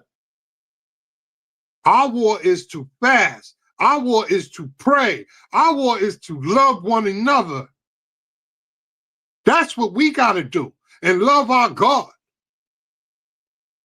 When we got out of Egypt, we didn't have to lift a finger. Most High God terrorized them Egyptians and then killed them all off. That's right. Come on, let's start with that. Start at 1. Let's go through this. 1 through 25. This is the book of Second Chronicles, chapter 20, from the top. Come on. It came to pass after this also, that the children of Moab and the children of Ammon, and with them other beside the Ammonites, came against Jehoshaphat to battle. So they came against the king Jehoshaphat. Okay? It was the Ammonites and Moab, which we know as who? Japanese and Moab and Chinese. Come on. Some that told Jehoshaphat, saying, there cometh a great multitude against thee from beyond the sea on this side of Syria. So they're coming. You know what I'm saying? Because they're coming to bring war to us at that time. Come on. And behold, they be in Hazazon Tamar, which is in Gedi. And Jehoshaphat feared and set himself to seek the Lord and proclaimed a fast throughout all Judah. So what did he do? He feared it because he knew that they were outnumbered. And what did he know? He knew that his war, his weapons of war weren't carnal. He knew back then. So he went and besought the Most High. He went to the Lord. And he did what? He did a fast. He told all of Judah, it's time to fast now. Come on. Themselves together to ask help of the Lord. Even out of all the cities of Judah, they came to seek the Lord. All of them, all of Judah came to seek the Lord. Come on. And Jehoshaphat stood in the congregation of Judah in Jerusalem, in the house of the Lord, before the new court, and said, O God of our fathers, art not thou God in heaven? And rulest not thou over all the kingdoms of the heathen? He said, you rulest all the kingdoms. Come on. And in thine hand is there not power and might? He said, you are powerful and mighty, Yahweh. Come on. So that none is able to withstand thee? Nobody can mess with you, Yahweh. He's talking to him. Like, Dad, what's up? Come on. Art not thou our God? Aren't you our God? You chose us. Come on. Who didst drive out the inhabitants of this land before thy people Israel? Come on. And gavest it to the seed of Abraham, thy friend forever? Now, I want you to notice something. He's not belly aching. He's not crying. Asking why? Why did you send them around us? Why are we being surrounded? He said, nah, ain't you the God who rescued us before? Ain't you the God who did this? Ain't you mighty this and that? That's how you pray. Come. You reverence him. Come on. Verse 8, and they dwelt therein and have built thee a sanctuary therein for thy name, saying, come on. If when evil cometh upon us as a sword, judgment, or pestilence, or famine, we stand before this house and in thy presence, for thy name is in this house. Come on. And cry unto thee in our affliction. Cry unto thee in our afflictions. Come on.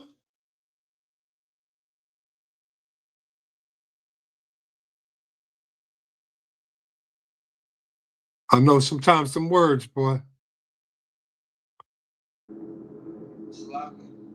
You there? Yeah, you heard? Oh, Salakia. If when evil cometh upon us as the sword, judgment, or pestilence, or famine, we stand before this house and in thy presence, for thy name is in this house, and cry unto thee in our affliction. He said, we come before you, O Lord, in the time of our afflictions. We don't blame you for our affliction. We don't ask you why. We cry out to you for help. Come on. Well, then thou wilt hear and help. Then he'll hear you and help. He don't listen to crybabies. He don't do that. He said, wait a minute, haven't I've done all of this for you? You gonna come before me? You understand, crybaby? You know what I'm saying? You got to go and reverence him. I remember, I got real quick a personal story. You know what I'm saying? I remember my son had got into a heavy beef, you know what I'm saying, in Jersey. And I had to take him out of school because it involved gangs, right? And I remember being so afraid. You know, I used to work in the I was a chef for 30 years, and I used to work at this hospital. And in this hospital, the kitchen was down there by the morgue. So I would be coming out and seeing them picking up bodies and envisioning my son. That's how messed up I was. But then I had to go home and I had to reverence him. I said, wait a minute, God. You know what I'm saying? I called him God then. I didn't call him Yahweh, but I'm going to give him his name. Wait a minute, Yahweh. You the God who never let me a bullet hit me when I was out in the street. You the God who never let me go crazy for the dumb drugs I was doing. You the God that was with me with everything I did. Surely you're going to take care of my son. That's right. That's how I had to go before him. And that's what you see going on right now. And I'm going to tell you the end of that story. It was a year later. My mom lived in the enemy territory. I'm walking down the street on a spring day. And I look into the park, and my son's surrounded with all of those jokers who tried to kill him. And then I heard in my spirit, I prepare a table before thine enemy. That's right. That's how you pray to him. Come on. Verse 10. And now, behold, the children of Ammon and Moab and Mount Seir, whom thou wouldest not let Israel invade. Come on, who's Mount Seir? That's the white man. Esau. So he done joined in. So now you got the Japanese, you got China, and then you got Esau. Come on. When they came out of the land of Egypt, but they turned from them and destroyed them not. Behold, I say, how they reward us to come to cast us out of thy possession. They coming to rob us. They coming to cast us out of our possession. They coming to take over. That's what Esau and them do. Come on. Which thou hast given us to inherit. You gave this to us, Father. Come on. O our God, wilt thou not judge them? Are you not going to judge them? Come on. For we have no might against this great company that cometh against us. We can't deal with them. We can't beat them. We need you, Father. We can't do this without you. Come on. Neither know we what to do, but our eyes are upon thee. Come on. And all Judah stood before the Lord with their little ones, their wives, and their children. They little ones, their wives and children. Everybody was out there reverencing Yahweh. Come on. Then upon Jehaziel, the son of Zechariah, the son of Benaiah, the son of Jeiel, the son of Mattaniah, a Levite of the sons of Asaph, came the Spirit of the Lord in the midst of the congregation. So then he heard them, and the Spirit came down, swoosh, amongst them. Come on. And he said, hearken ye, all of the Lord, all of Judah, and ye inhabitants of Jerusalem, and thou King Jehoshaphat. Thus saith the Lord unto you, be not afraid nor dismayed by reason of this great multitude. Don't worry about this great multitude. Don't be afraid. Come on. For the battle is not yours. But the battle is not yours. And this is what he's telling us about now, too. See, everything goes back. This is for our learning. The battle is not ours.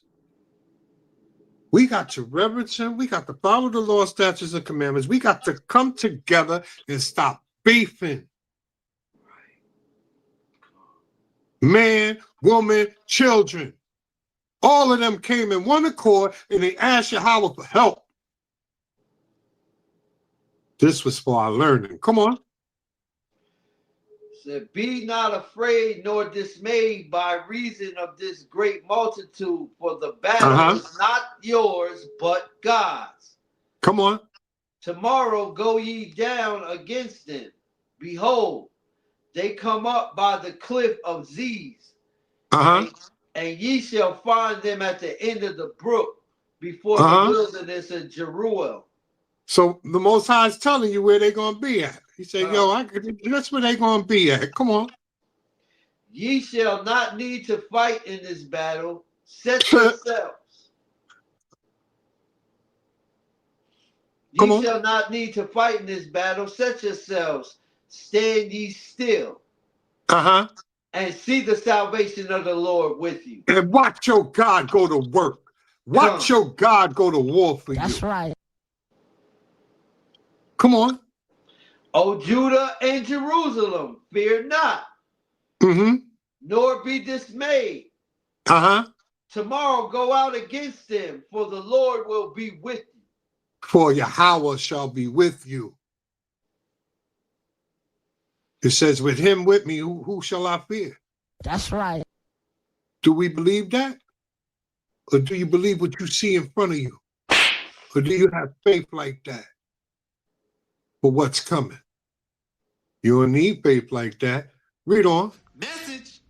Verse 18. And Jehoshaphat bowed his head with his face to the ground. And all Judah and the inhabitants of Jerusalem fell before the Lord. Fell before him. Come on. Worshiping the Lord. They worshiped him. And the Levites of the children of Kohathites and of the children of Korhites stood up to praise the Lord God of Israel with a loud voice on high. On high. Worshipped him. This is what we got to do. Come on. Verse 20, and they rose early in the morning and went forth into the wilderness of Tekoa. Come on. And as they went forth, Jehoshaphat stood and said, hear me, O Judah, and ye inhabitants of Jerusalem. Believe in Yahweh, believe in the Lord your God. So shall ye be established. Believe his prophets, so ye shall prosper. And when he have consulted with the people, he appointed singers unto the Lord. Whoa, Judah. This is Judah's thing, man. Judah was singing, baby. Playing them instruments. He appointed them because Yahweh needed a theme song. What? What? Anybody seen them or Get You Sucker and they had the theme song? That Yahweh needed a theme song, man. He was about to do some work. Yahweh loved the music, man. That's why he gave Judah the voices that they have and the ability to play the instruments. When Judah, and I'm starting to see it, man, Judah is starting to praise Yahweh and come out that Christian church. That's a real problem for the enemy. Come on. He appointed singers unto the Lord, and that should praise the beauty of holiness as they went out before the army, and to say, praise the Lord, for his mercy endureth forever. You see that? He sent the singers out before the army and worshiped the Most High. This is amazing stuff here, man. This is your ancestors. This is why they mess with us through the music, because they know who we are. They made sure we were singing to a white Jesus. They made sure we were singing through Satan. They made sure we talk about drugs. They make sure we talk about adultery. They make sure we do all of that. Because when we sing to Yahweh, it's a problem for them. That's right. Come on. And when they began to sing and to praise, the Lord set ambushments against the children of Ammon, Moab, and Mount Seir. He said ambushes. Come on. Which were come against Judah, and they were smitten. They were smitten. They were coming against him, but they were smitten. Come on. Verse 23, for the children of Ammon and Moab stood up against the inhabitants of Mount Seir, utterly to slay and destroy them. So now, instead of them fighting together against Judah, the Most High had them fighting each other, killing each other. He said, no. You just sing to me. You just fast and pray to me. I got this. Come on. And when they had made an end of the inhabitants of Seir, everyone helped to destroy another. They all killed each other. Come on.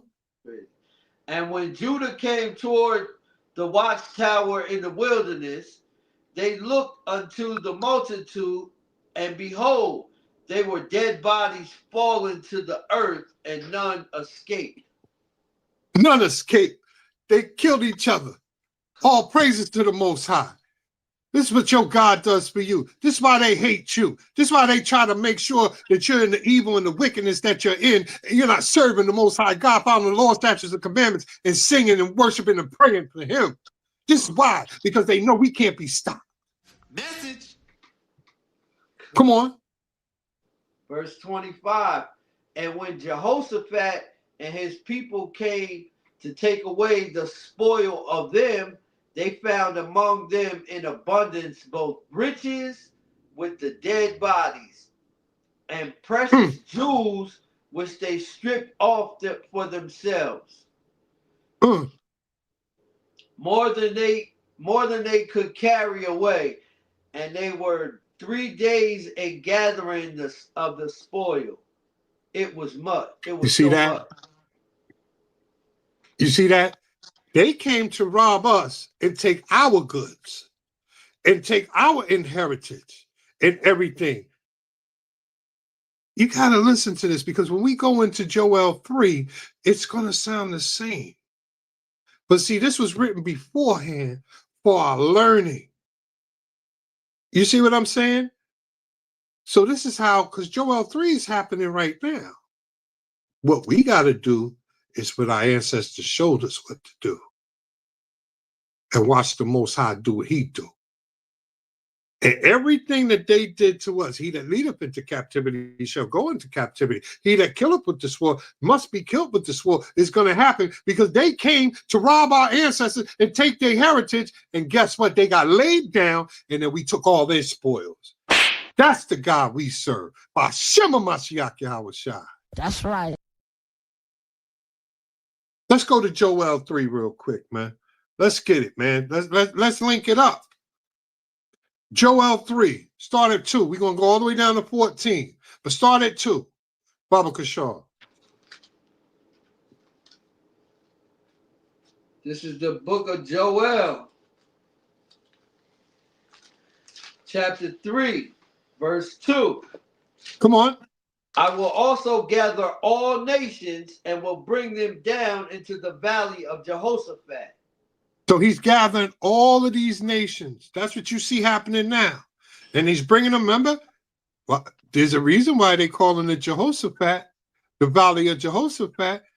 We just came from that story about Jehoshaphat, so there's got to be a similarity there. There's a reason why they're calling it the valley of Jehoshaphat, because something similar is about to happen. Come on. And will plead with them there for my people and for my heritage Israel. He said he will plead with them. Shalakia. I need you to hold that, and I need you because I want everybody to know what he means by pleading. He ain't begging for a damn thing. Get me Isaiah 66, 15, and 16. Let's see what he means by plead. And then come on back to that, John. So hold that space if you can. You said Isaiah what? Isaiah 66, verse 15 and 16. Always got to understand, the Bible explains itself. They always riff at us for sitting up there and flipping from here to here to here to here. Well, that's how we understand, because that's how the mysteries are unfolded, because that's how the Most High made the book. Do you see how we're in Chronicles and now we're here at the end time prophecy and it all coincides? Message. You wouldn't have got that if you just read straight through like a novel. I mean, nobody's saying don't read the book. Read. I think everybody should read it from cover to cover one time, at least. So it gives you chronological order on everything. But when it comes to the mysteries, it's precept upon precept, line upon line, here a little, there a little.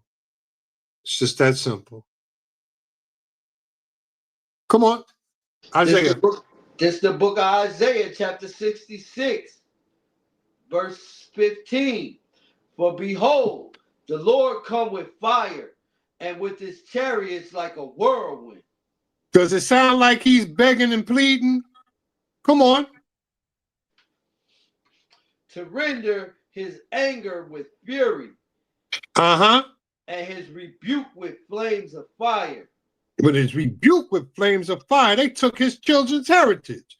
He said, I'm gathering them all. I'm gathering all of them bastards, and I'm bringing them down to the valley of Jehoshaphat. and I'm going to plead with them. Watch how he pleads, baby.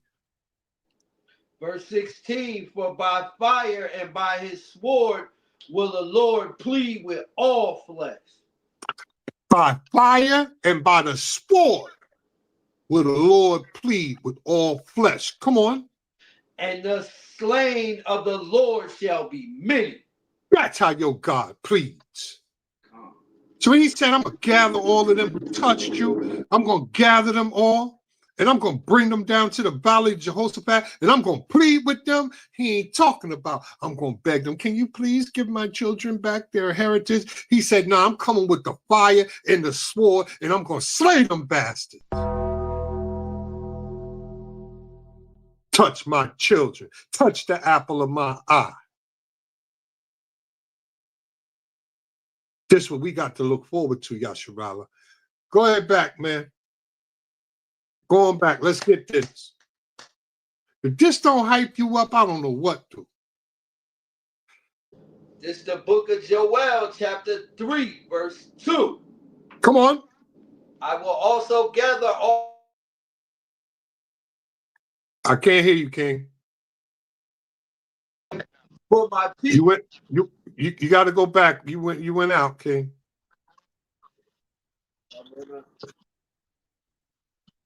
Yeah, you went out. Go back. Okay. Right. This is the book of Joel, chapter 3, verse 2. Come on. I will also gather all nations and will bring them down into the valley of Jehoshaphat. So why is he going to gather Shalakia? Shalakia, why is he gathering all nations? If you remember in the book of Luke, it says that we will go into captivity into all nations. So they all touched us. So he's about to render them some pleading, baby. Come on. And will plead with them for my people and for my heritage, Israel. Come on. Whom they have scattered among the nations and parted my land. And they parted the land. You understand? They threw us into the slave trade. We got not only one slave trade. You got 3 slave trades, just to mention, right? Or 3 major slave trades, not alone with other trades, right? You got Moab, who's what? China. Silk Road slave trade. You got the sub-Saharan slave trade, which is who? Ishmael. The Arabs.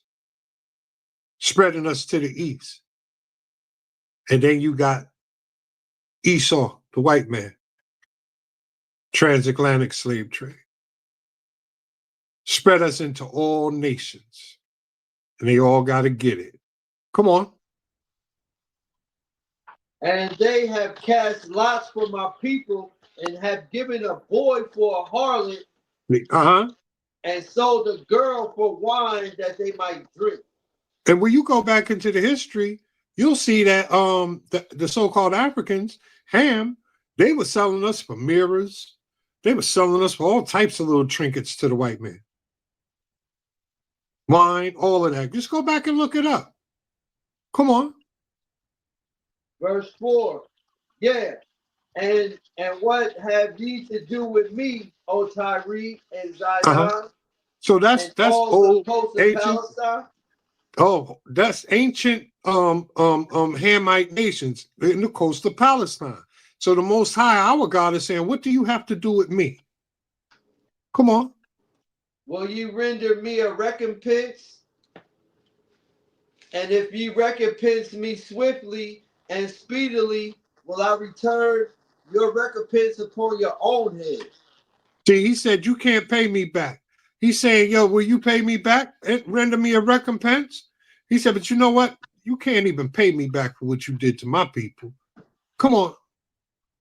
Verse 5, because ye have taken my silver and my gold and have carried it into your temples, my godly pleasant things. You took all our riches. All our riches they took from us. And they put it in their mosque. Their mosques are all beautiful and everything right now. But he said, that's our stuff. He's going to get it all back. Read. The children also of Judah and the children of Jerusalem have ye sold unto the Grecians. Stop right there. That's the slave trade right there. The so-called Africans rounded us up and sold us to the white man, the Grecians. You didn't know that slave trade was in the Bible? That's us. We're Judah. We ain't African. That's right. Come on.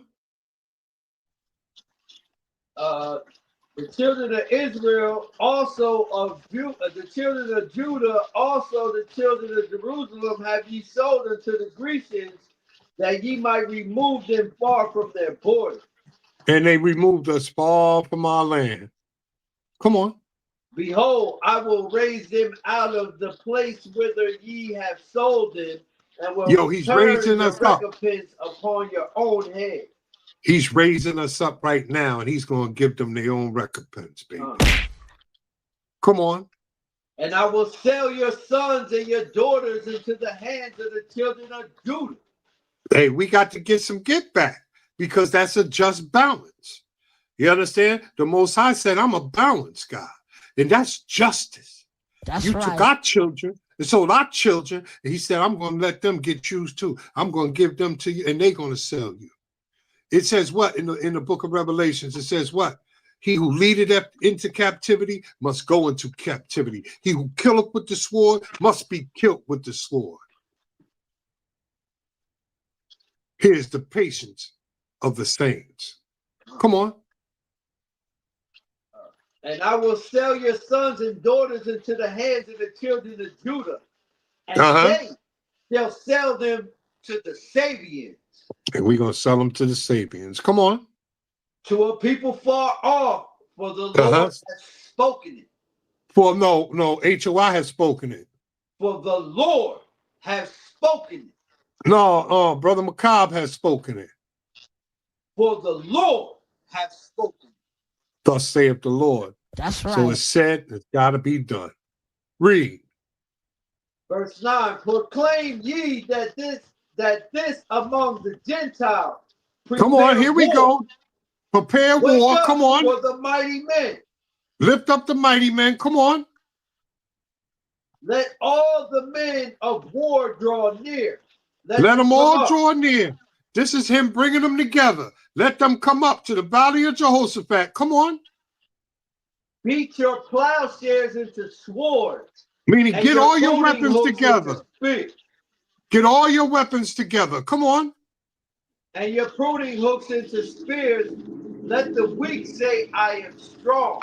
What you're seeing now is the weak countries, Iran, all of them, they're stepping up saying, I'm strong. I got my weapons together. I could take on America now. Come on. Assemble yourselves and come, all ye heathen, and gather yourselves together round about. Come on. Let's go.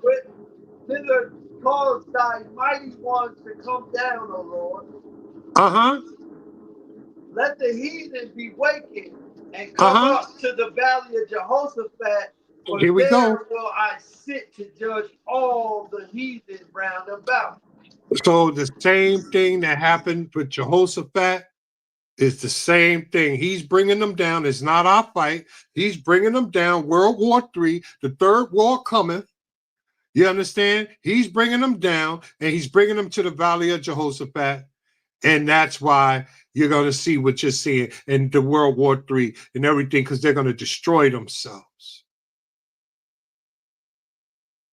This is why it's called the Valley of Jehoshaphat. Come on. Verse 13, put ye in the sickle, for the harvest is ripe. So the harvest is ripe, meaning the wickedness is ripe. Put ye in the sickle. We're going to find out who has that sickle in a minute. Come on. Come, get you down, for the Lord press is full. The fat for the press is full, and the fat overflow. Come on. For their wickedness is great. For their wickedness is great. Now, let me show you how it connects. Well, let's see.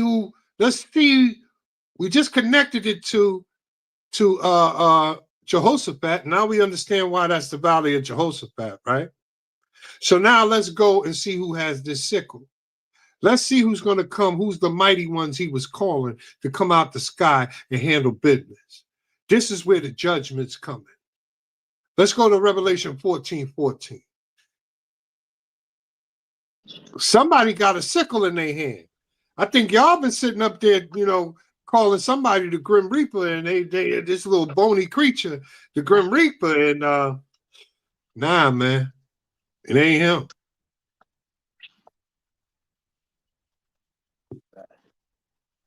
Revelation 14:14, King.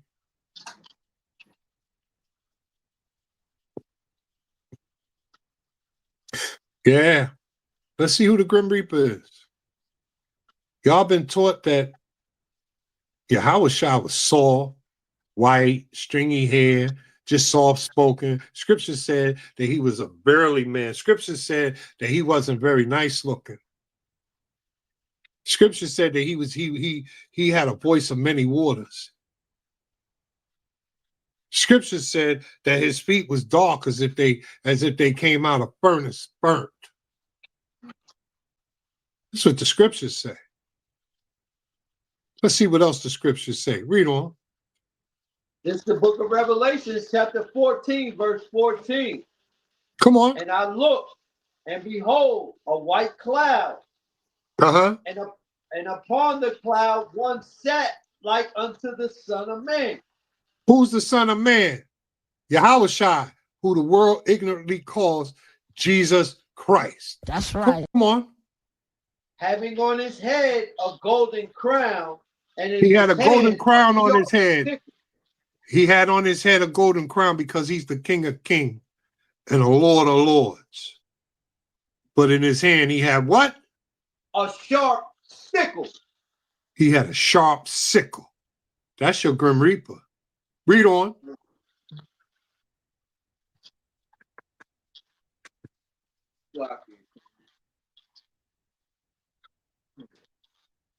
Yeah, that's your Grim Reaper right there. He ain't no bony creature with a black hood on his head, you know what I'm saying, touching you and you dying. Nah, that's the Son of God, the Son of Yahweh, the Lion of Judah, coming to take back his kingdom. He's the Grim Reaper, baby. Read. And another angel came out of the temple, that's right, crying with a loud voice to him that sat on the cloud, thrust in thy sickle and reap. That's the angel that comes out and tells Yahushua. Because remember, Yahushua does not know until the angel comes and tells him it's time. And he said it's time for him to reap. So he put in his sickle and he reaped. The Grim Reaper, baby. This white man steals everything from us. Come on. For the time is come for thee to reap, for the harvest of the earth is ripe. For the wickedness of the earth is ripe. Come on. And he that sat on the cloud thrust in his sickle on the earth. And the earth was reaped. And the earth was reaped. Reaped of his wickedness. Come on. And another angel came out of the temple, which is in heaven, he also having a sharp sickle. He brought his boys with him. Another angel came out from the altar, which had power over fire. Remember when we read how he pleads, right? He pleads with his sword and fire. He's showing this is how the Bible connects. He's bringing them, this is the valley of Jehoshaphat. This is what's going to happen. This is why I said the third woe cometh quickly. That's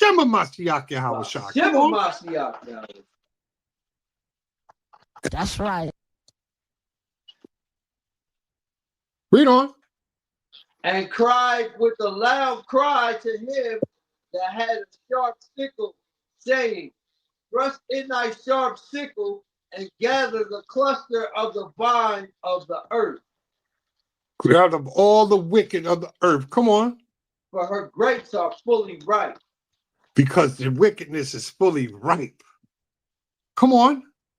And the angel thrust in his sickle into the earth and gathered the vines of the earth and cast it into the great wine press of the wrath of Yahweh. The great wine press. Remember, we just was in Joel 3, and they was talking about the press. There's your, and the sickle. Somebody put the sickle. Now we're figuring out who's who. This is why you read it like this.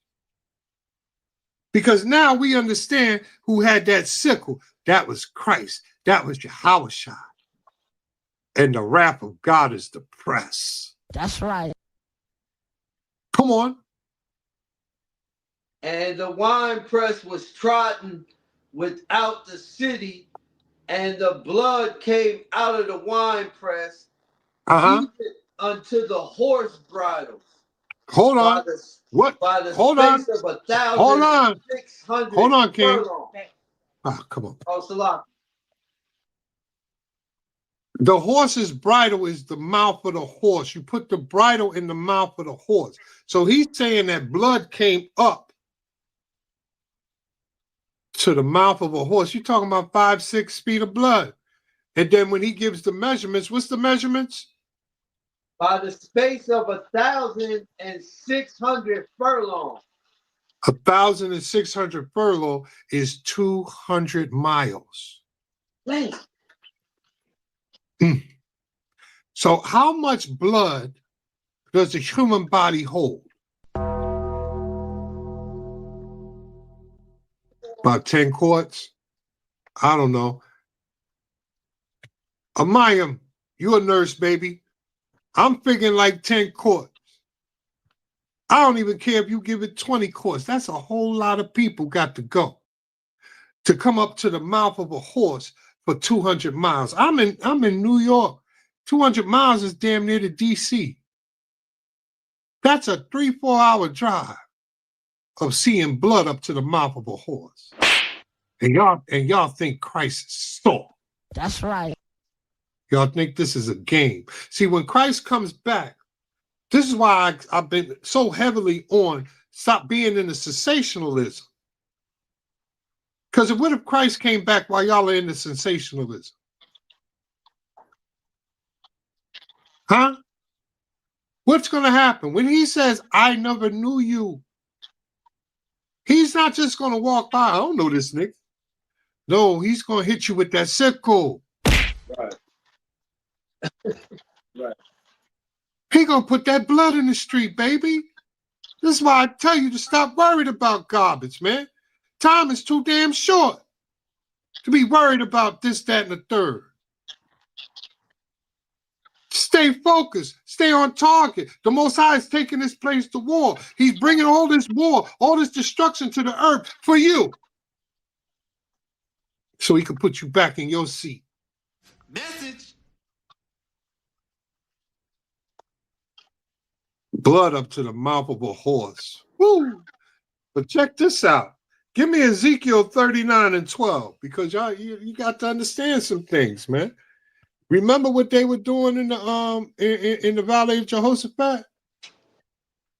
They went and got the riches and everything, all them dead bodies. Look what we got to do when we get into Jerusalem.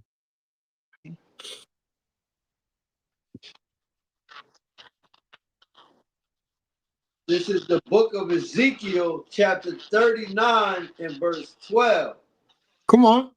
And 7 months shall the house of Israel be burying of them. 7 months. 7 months shall we be burying dead bodies. That's a lot of bodies, man. That's just Jerusalem. That's the Valley of Jehoshaphat, man. Dead bodies. See, people don't want to read these parts of the Bible. That's right.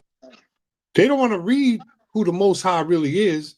They want to make him, they want to sugarcoat him, and he be some soft dude and make Satan this big tough guy. When Satan says, I don't mess with Yahweh. Y'all crazy.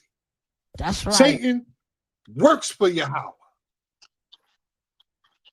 Satan is more obedient to Yahweh than you are. Satan is the employee of the month every month. And y'all got the Christian church thinking they're fighting against each other. Satan know he can't fight Yahweh.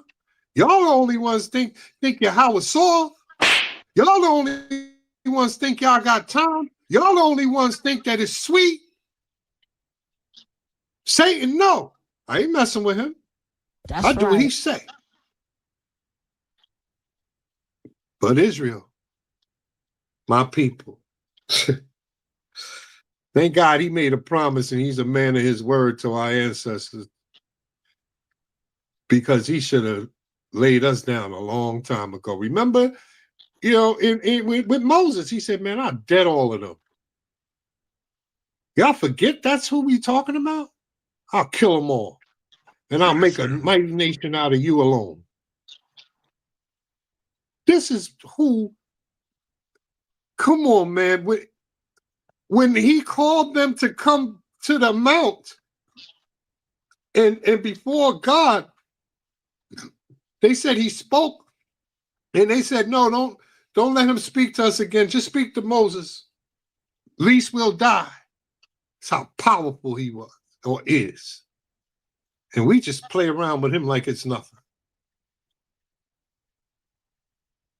Time to wake up. Time to get it together. Time to focus, Yasharah. That's right. All praises to the Most High. Let me get Zechariah 14 and 12 because we still in the war. I'm still dealing with the war because there's a nuclear war coming. Zechariah verse 14, and I'm winding it down, y'all. I do have one more. Get that. Hey, I got one more clip that I want you to get with Russia. I've been talking about it, but Russia is saying that they'll step in. They already sent threats. I've been saying it, but I like to prove it. Can you get that for me, Bubba Kashaw? When you get the opportunity, King? But yeah, man, nuclear war is coming. Here we go. My man's on top of it. Come.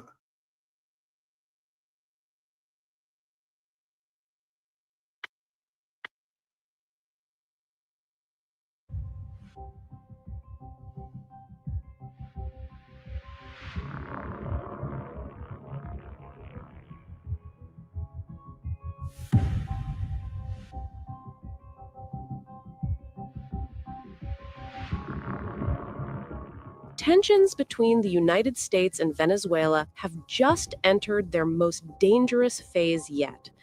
As President Donald Trump declared Venezuela's airspace closed in its entirety, President Nicolas Maduro responded with a dramatic reveal of his own: the deployment of 5,000 Russian-made Igla-S missile systems across the entire country.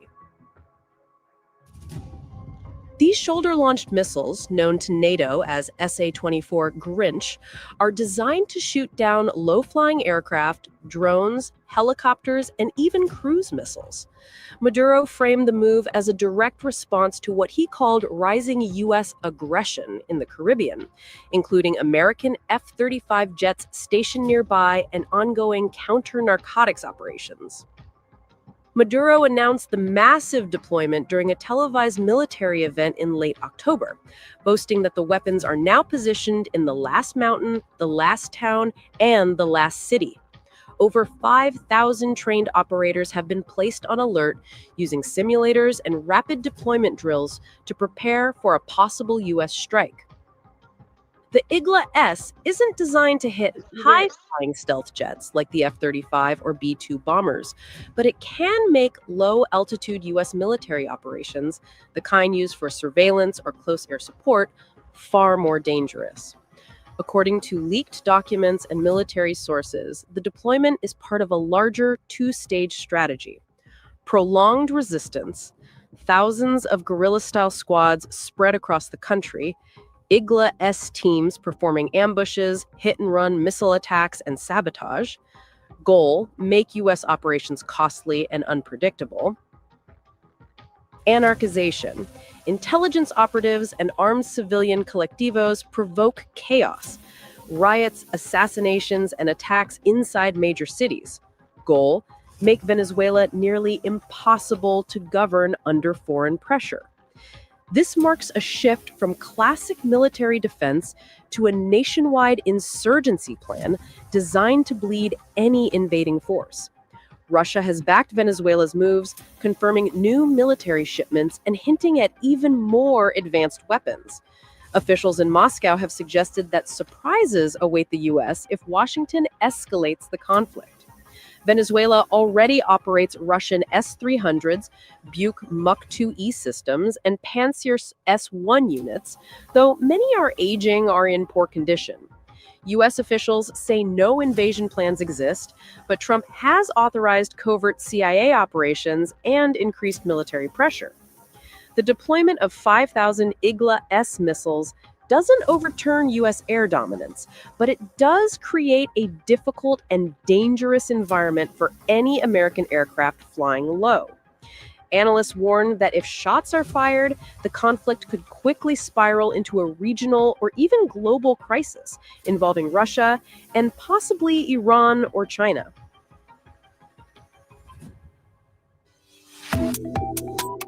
Subscribe to the Water King. So, Russia's very much involved. You know what I'm saying? Russia is very much involved. And when you see Russia, you see China. This is very much like the title says, and the third woe cometh quickly. But all praises to the Most High. Because that's all for us, baby. It's all us getting the hell out of here. By Shema Mashiach Yahushua. Okay, brother. That's Zechariah 14:12, Baba Kashar. This is the book of Zechariah, chapter 14, verse 12. Come on. And this shall be the plague wherewith the Lord will smite all the people that fought against Jerusalem. This is the plague. Come on. Their flesh shall consume away while they stand upon their feet. Their flesh is going to consume away as they stand on their feet. Come on. And their eyes shall consume away in their holes. And their eyes are just going to consume, melt away in their holes. Come on. And their tongue shall consume away in their mouth. And their tongue's going to just melt or consume in their mouth. What is that? That's nuclear war. The only thing that's going to make enough heat for that is nuclear war. That's right. This is the Bible talking about nuclear war here. The third woe. Give me 2 Peter's 3:10, Baba Kashar. Let's talk about more of this nuclear war. Nuclear war is in the Bible. This is why he says the next time it's going to happen with fire. The consuming fire. That's why all of them, he's telling them, get your weapons together. All praises to the Most High. To be sitting here and understanding these scriptures in this time, in this day. Instead of running around here, you know what I'm saying, with your eyes wide shut. You understand what it is. Bring that out, King. This is the book of 2 Peter, chapter 3, verse 10. Come on. But the day of the Lord will come as a thief in the night. The day of the Lord's going to come as a thief in the night. Come on. In the which the heavens shall pass away with great noise. So we know that heaven means kingdom. You understand? It means rulership. So this, did you think that the heavens up there were going to pass away where Yahweh's at? You honestly think that? No, heaven meant rulership. That's why we say this is Esau's heaven, because it's his rulership. This is going to pass away with great heat. Come on. And the elements shall melt with fervent heat. And the elements are going to melt away with fervent heat. Come on. The earth also and the works that are therein shall be burned up. Everything's going to be burned up. Come on. Seeing then that all these things shall be dissolved, what manner of persons ought ye be in all holy conversation and godliness? You see that? Everything's going to be dissolved and burnt up. Nuclear war, baby. The Most High said, I made the smith. Yeah. The Most High said, I made the smith that makes the bombs, paraphrasing. But he makes the smith. I mean, he controls the bombs. He controls everything. People don't understand who he is. He's doing it like he did Jehoshaphat. He's going to have them destroy each other. He's going to have these people who touched us destroy each other. These people who took our heritage. Remember, those other people were trying to take our heritage. But these people actually took our heritage, and he said, I'm going to plead with them. Message. And I'm going to get my heritage back. Bastards touch my people. This is why you should be rejoicing. This is why. Give me Jeremiah 51, 20-25, Baba Kashar. We winding it down, y'all. It's getting late. I know. My fault. I get a little excited. Shalakia. But we winding it down. I got like 1, 2, 3, 4, about 5 more. 5 or 6 more. Maybe 10. Lucky, you said Jeremiah 22. No, Jeremiah 51 and 20, bringing it down to 25.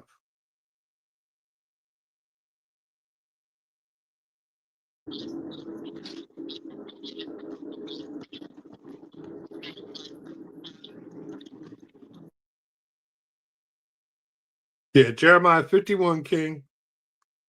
Book of Jeremiah, chapter 51, verse 21. Verse 20. Verse 20, Salaki. Thou art my battle axe and weapon of war. He's going to use us. We're going to get some of this too now. We're going to get some get back. We're his battle axe, his weapon of war. Come on. For with thee will I break in pieces the nation. With us will he break in pieces the nations. He's going to let us get some justice too. Come on. And with thee will I destroy kingdoms. Will he destroy kingdom? That's the very elect. We're going to destroy kingdom. We're going to be down with that. Come on. And with thee will I break in pieces the horse and his rider. The horse and his rider, the tanks, all of that. Come on. And with thee will I break in pieces the chariot and his rider. The chariots are what? The ships. Not spacecraft. You know what I'm talking about, the damn planes and bombers and stuff. Come on. With thee also will I break in pieces man and woman. Woo! Man and women gonna get it. Come on. And with thee will I break in pieces old and young. Old, they gonna get it. And the young, they gonna get it. They don't know the God that we serve. They don't know our God. They think he's soft. They think he lives by these rules. That you put him in a box. He flooded the whole earth, killed man, women, and child. By the millions. And you say he won't, not my God, not my Jesus. You don't know him. That's why you're not afraid of him. That's why you're more afraid of Satan than you are him. Come on. And with thee will I break in pieces the young man and the maid. See that? And the maid. Meaning the young woman, the young man, and the young woman. Everybody gonna get it. Come on. I will also break in pieces with thee the shepherd and his flock. The leaders and their flocks. Come on. And with thee will I break in pieces the husbandman and the yoke of oxen. Come on. And with thee will I break in pieces captains and rulers. Come on. And I will render unto Babylon and to all the inhabitants of Chaldea all their evil that they have done in Zion in your sight, saith the Lord. So this is the second Babylon. It's going to get everything that they did to us. When you go into the Revelations 18, it says that they're going to get the cup double. Most High is a just God. People kill me thinking that they can do all of this dirt. When we, the children of Israel, went into captivity, we got buck broken. We got our children fed to alligators. We got our women raped. We got our women they cut the bellies and took our children out and kicked them in the head with boots and then sold up cats in them. And this joker could just waltz into the kingdom. But we the chosen? No, it sounds like they the chosen. If that's your ideology. Sound like they the apple of his eye. Can just get away with all of that. And plus destroy the earth. And plus destroy the air. And plus destroy the fish in the oceans. And they could just waltz in. But we get condemned as a whole. It's a damn lie. Read on. Behold, I am against thee, O destroying mountain, saith the Lord. Which destroyeth all the earth, and I will stretch out my hand upon thee and roll thee down from the rocks, and will make thee a burnt mountain. See that? He gonna handle that. Let me get Revelation 6. Let's deal with these rocks. Revelation 6, I think it's 17. No, 15, 16, and 17. Shalakia. 15, 16, and 17. Because these jokers are gonna be running and trying to hide, man. Hide up in them rocks. Come on. It's the book of Revelations, chapter 7, verse 15. Come on. And the kings of the earth, and the great men, and the rich men, and the chief captains, and mighty men, and every bondman, and every freeman hid themselves in the dens and in the rocks of the mountain. Hid themselves in the dens and the rocks of the mountains. Barakatah, King. Wow. Come, bring it out. And said to the mountains and rocks, fall on us and hide us from the face of him that sitteth on the throne.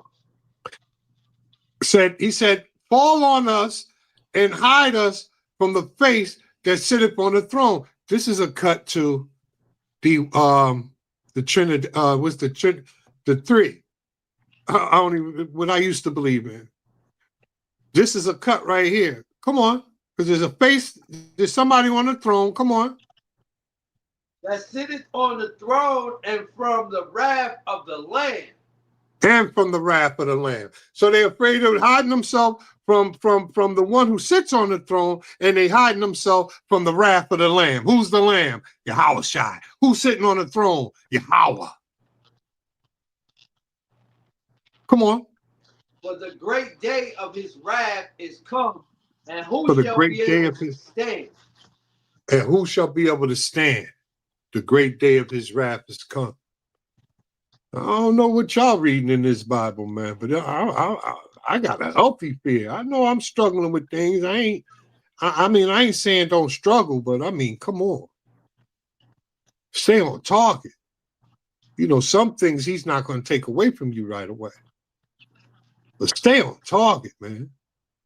Oh. Let me get Micah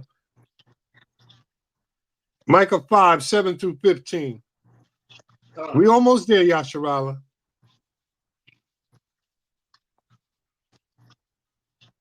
Micah 5, baby. I'm showing how we gonna get a part of it too. You understand? We're gonna do some things as well. But for the most part, you know, Yahweh just got this. We're gonna get a little get back too. This is the book of Micah, chapter 5, verse 7. Come on. And the remnant of Jacob shall be in the midst of many people as a dew from the Lord. Come on. So we're going to be in the midst of many people like we are now because we're scattered all over. Come on. As the showers upon the grass that tarrieth not for man, nor waiteth for the sons of men. Come on. And the remnant of Jacob shall be among the Gentiles in the midst of many people as a lion among the beasts of the forest. So that's what we are now. If you go to our neighborhoods, we're in the midst of all the Gentiles, right? Who has rulership over us? You understand? Who's making money over us? You got the Arabs at the gas stations. You got Elam at the liquor stores. You got Moab at the cleaners and also at their food stores, and so on and so on.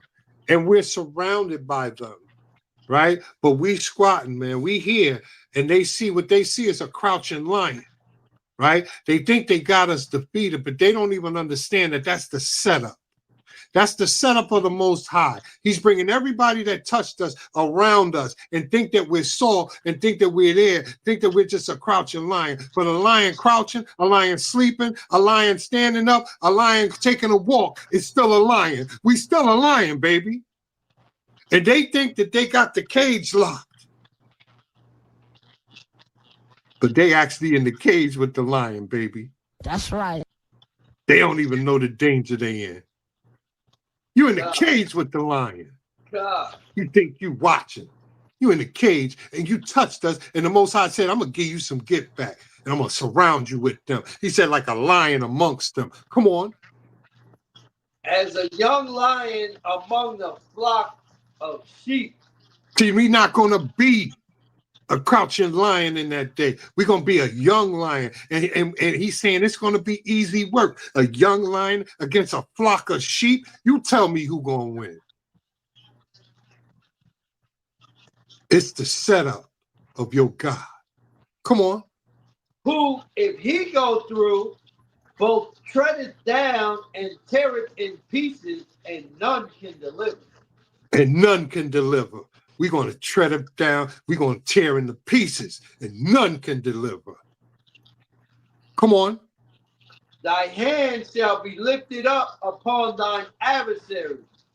Our hands going to be lifted up upon our adversaries. Come on. And all thy enemies shall be cut off. And all our enemies going to get cut off. They thought they had us, man. They thought we was just a crouching lion. Who shall rise Judah up? Come on. And it shall come to pass in that day, saith the Lord, that I will cut off thy horses out of the midst of thee, and I will destroy thy chariots. And we're going to destroy their chariots and their horses, meaning their tanks, their vehicles. Come on. And I will cut off the cities of thy land and throw down all thy strongholds. And throw down all the strongholds, baby. Most High said, I'm going to throw down, baby. Go on. Come on. Oh, and I will cut off witchcraft out of thine hand, and thou shalt have no more soothsayers. He's not going to have no more power. The witchcraft and everything that they have over our people. He's not going to have no more power. Come on. Thy graven images also will I cut off. All the graven images that you see. I live up here amongst our Northern Kingdom brothers. That's all you see. Graven images, candles, freaking statues of Mary, statues of this, statues of that. All of that's going to get dealt with, baby. Come on. And thy standing images out of the midst of thee. Uh-huh. And thou shalt no more worship the work of thine hands. No, you ain't going to worship no more idols. You're not going to worship the Virgin Mary no more. You're not going to worship an angel or Saint Joseph or whatever, Guadalupe. It ain't going to happen no more. Come on. That's right. And I will pluck up thy groves out of the midst of thee. Uh-huh. So will I destroy thy cities. You're going to destroy. Shema Mashiach Yahushua. Come on. Shema Mashiach Yahushua.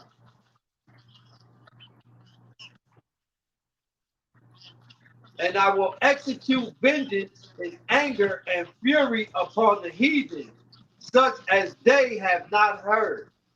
Such as they've never seen before. He's going to execute vengeance, baby. This is your God, man. There's got to be some rejoicing going on, man. The third woe cometh quickly. All praises to Yahweh. That's right. Where I'm at. Give me Revelation 19, 11 through 16. We almost there, y'all, Israel. We almost there.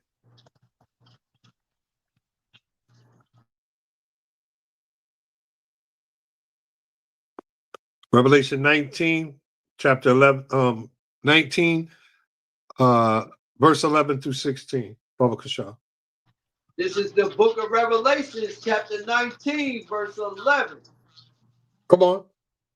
And I saw heaven open, and behold, the white horse. Come on. And he that sat upon him was called Faithful and True. Faithful and true. Come on. And in righteousness we do judge and make war. Come on.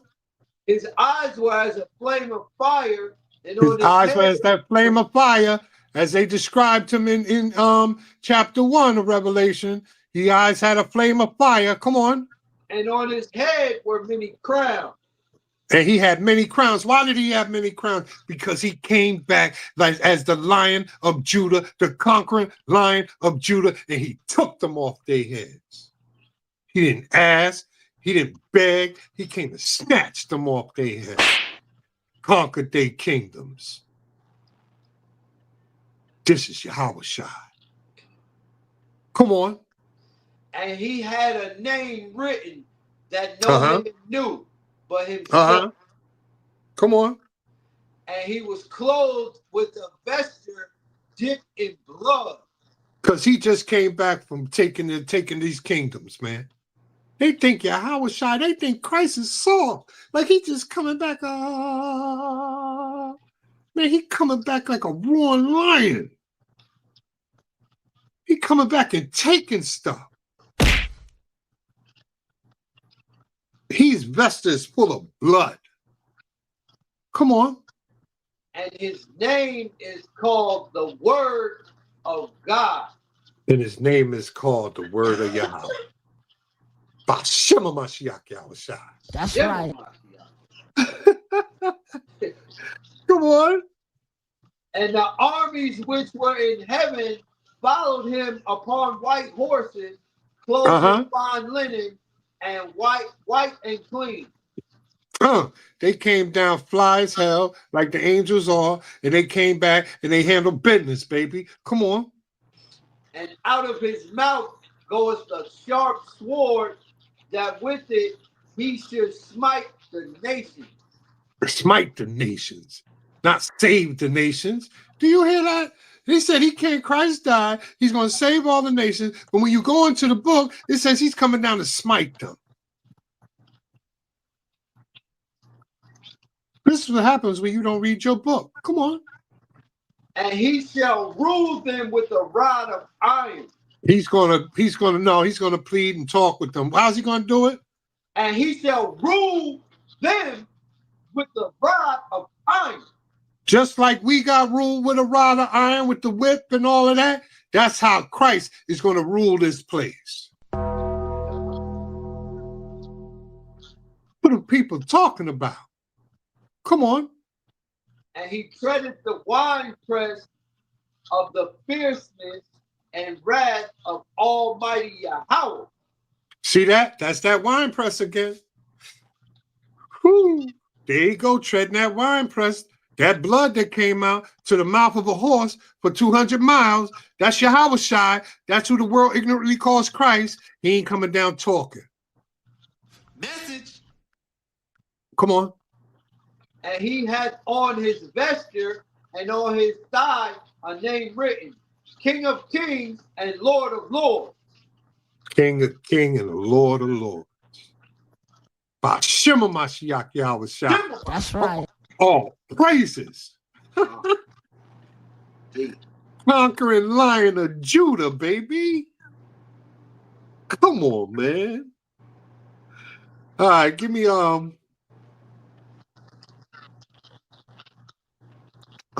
one I want to go first? Give me Amos 9:8 through 12, Baba Kashar.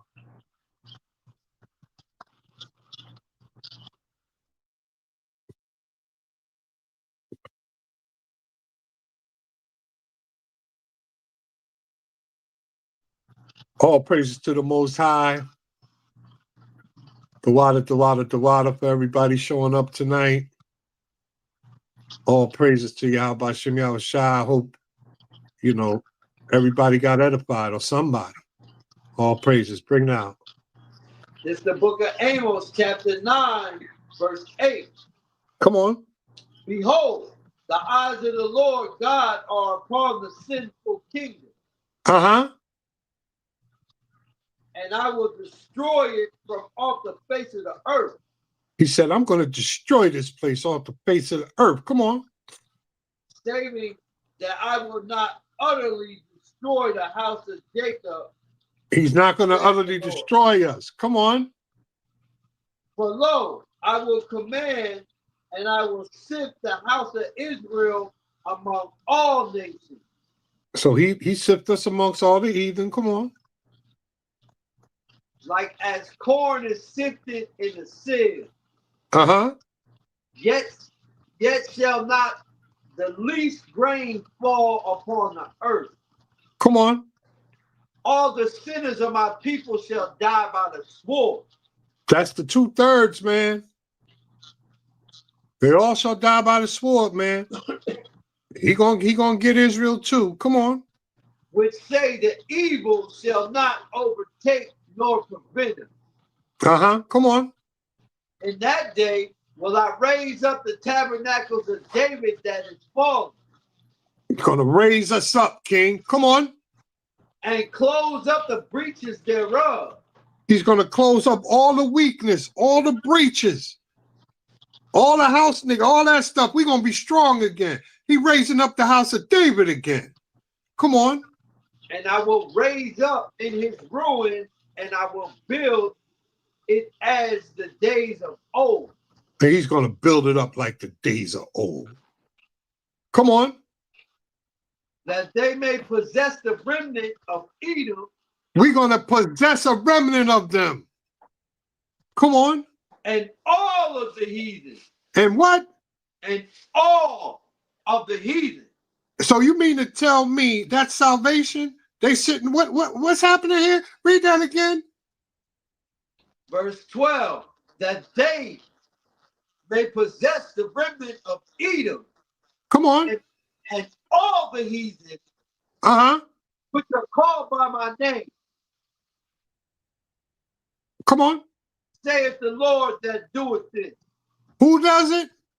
The Lord that doeth this. No, it's them nasty Hebrews. The Lord that doeth this. No, it's them camps. They hate everybody. Saith the Lord that doeth this. It's the Lord that doeth this. Bashima Mashiach Yahushua. That's right. If that ain't something to be cheering for, I don't know what it is. I got one more scripture, Yashabala. One more scripture. And this is my new favorite closer. Give me Revelation 2 and 10, Baba Kashar.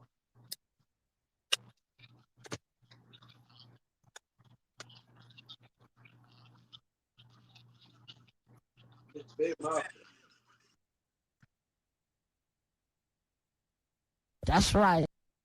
It's the book of Revelation, chapter 2, and verse 10. Come on. Fear none of those things which thou shalt suffer. Fear none of those things which we shall suffer. Come on. Behold, the devil shall cast some of you into prison. Some of us got to go to jail for this. Some of us got to be martyred for this. Come on. That ye may be tried, and ye shall have tribulation 10 days. Come on, tribulation. Come on. Be thou faithful unto death. Be what? Be thou faithful unto death. Nah, save the Gentiles now. What? Be thou faithful unto death. Be thou faithful unto death. Come on. And I will give thee a crown of life. Got to fight for your crown, baby. That's it. Got to fight for this crown. You got to be faithful unto death. But look at all what's going on for you, baby. Look at all what's going on for you, Yasharala. It's a beautiful, beautiful day. One question. Hey, Abner, did you ever get that song together? Man, there's just one song I heard, man. It is perfect for this. It's a short clip, but it boils my, man, it just rocked my soul when I heard it. I hope he was able to extract it from what I sent to him. Abner, please tell me you did it. If not, oh well. But beautiful song. So it was on the AI, the AI Bible movie. I don't know if y'all watched that, but if you don't, you should. And I was reading Amos, and man, they had this song on there that brought chills to me. And I was hoping to end it because it was appropriate to this lesson. But I don't know if Abner was able to make it happen. But at any rate, if that can't happen, all praises to you. How about Shimmy? I was shy.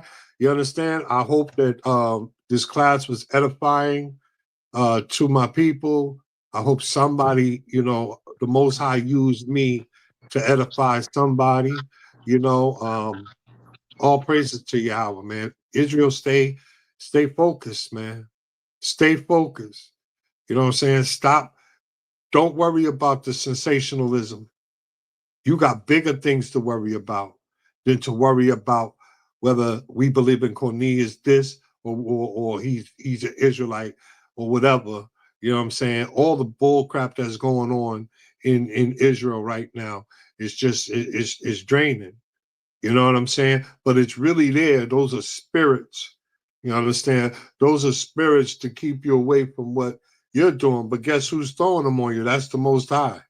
Because he creates the spirits. And he throws them at you. Why? Because he wants to see if you're going to follow him. He wants to see, are you going to go with this hype? He wants to see if you're going to stray away from him so that he can sneak up on you like that thief in the night and put that sickle on your butt.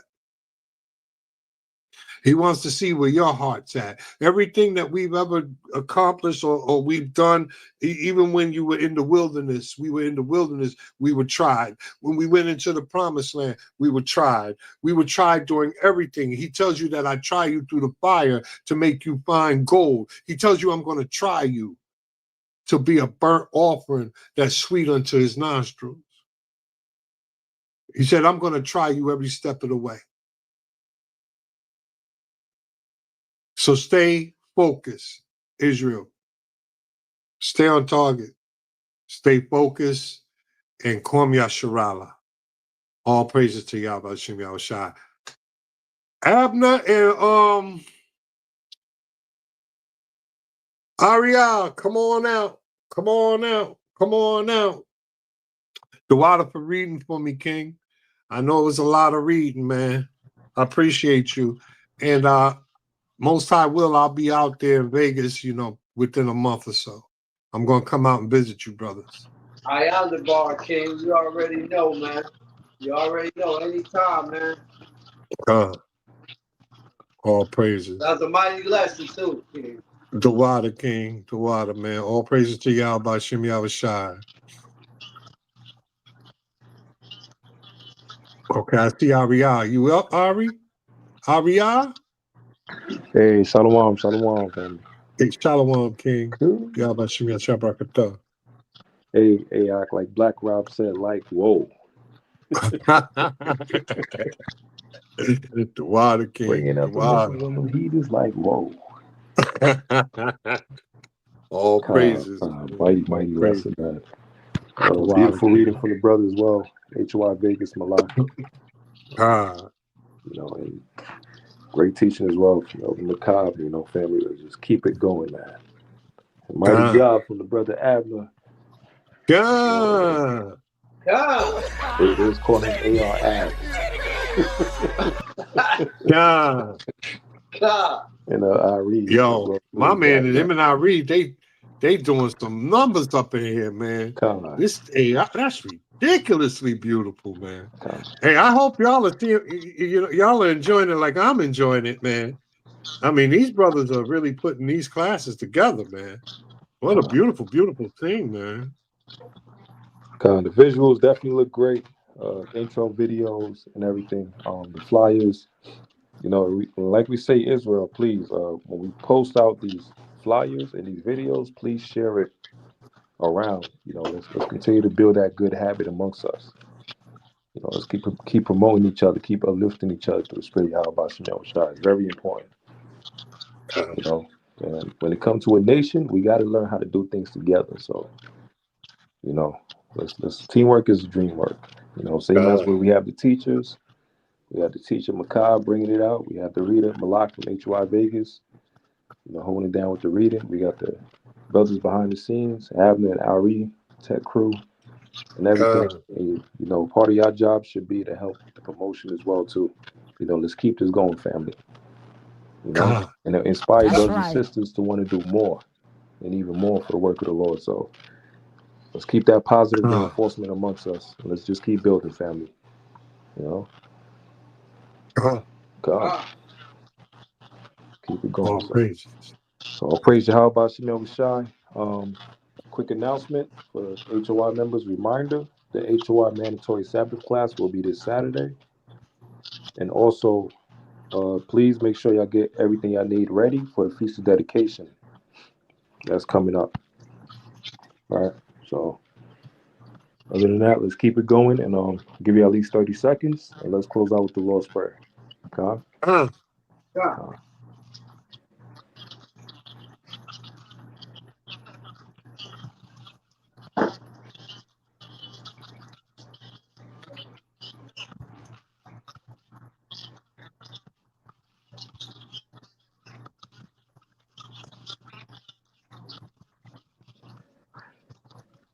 All praise Yahweh B'Shem Yahushai, B'Hashem Rachakadash.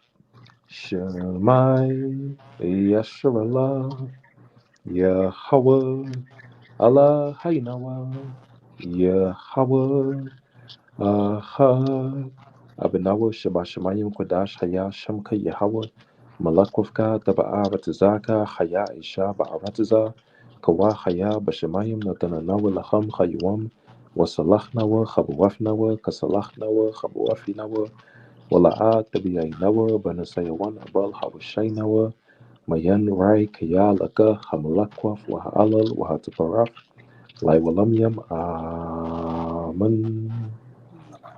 Our Father which art in heaven, hallowed be thy name. Thy kingdom come, thy will be done on earth as it is in heaven. Give us this day our daily bread. Forgive us our debts, as we forgive our debtors. And lead us not into temptation, for thine is the kingdom and the power and the glory forever and ever. Amen. Curse upon the heathens and also America. Shalak, Rayim, wa Anashim, wa Abadim, wa Haragim, wa Mashapatiam, Alikala Adawamium, wa Gawamium, wa Ayabian, wa Babakashah, the water to up at Walam. Amen. We come to Yahweh Hashem Yahushua to bring righteous judgment and death and destruction and wrath to the heathens, to those that try to come against the nation of Israel, and also to the wicked of the people of America that try to come against your word as well. So once again, family, let's continue to endure, continue to strive for the kingdom of heaven, stay focused, stay consistent, and keep each other in prayer. With that, Kwame Shala. Come.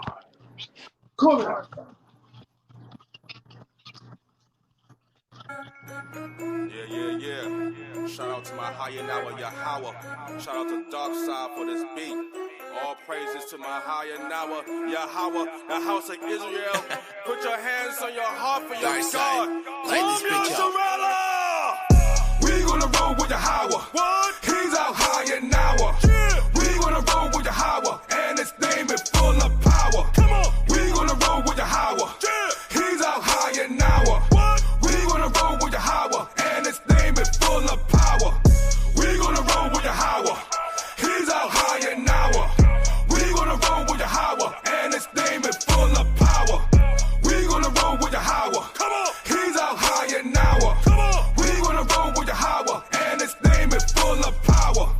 We gonna roll with Yahweh, he's out higher now. There's none greater than the God Yahweh. Every day he show us his power, and these storms, man, they devour. He has bodies, man, every hour. Life is sour, but he brings power. And his son, yes, we do honor. He's our father, a mighty father, and you defile us, why even bother? All you wicked ass men that started these powers, but he's the problem solver. Man, these scriptures hit like a revolver, shrapnel in your face like a bomber. Daughters of Zion, let's go warn her that the Lord God is about to abhor her. Wait, hold up. This is the reason why I'm living, and the reason why I'm even in existence is to please Hayanawa and to show Hayanawa that we have truly repented. Ain't no reason for a brother to come up the camp at the front like he got still. But if a real little brother by the will of the Yahweh, your camp, he might just bail. Wait, hold up. We gonna roll with Yahweh. He's out higher now. What? We gonna roll with Yahweh, and his name is full of power.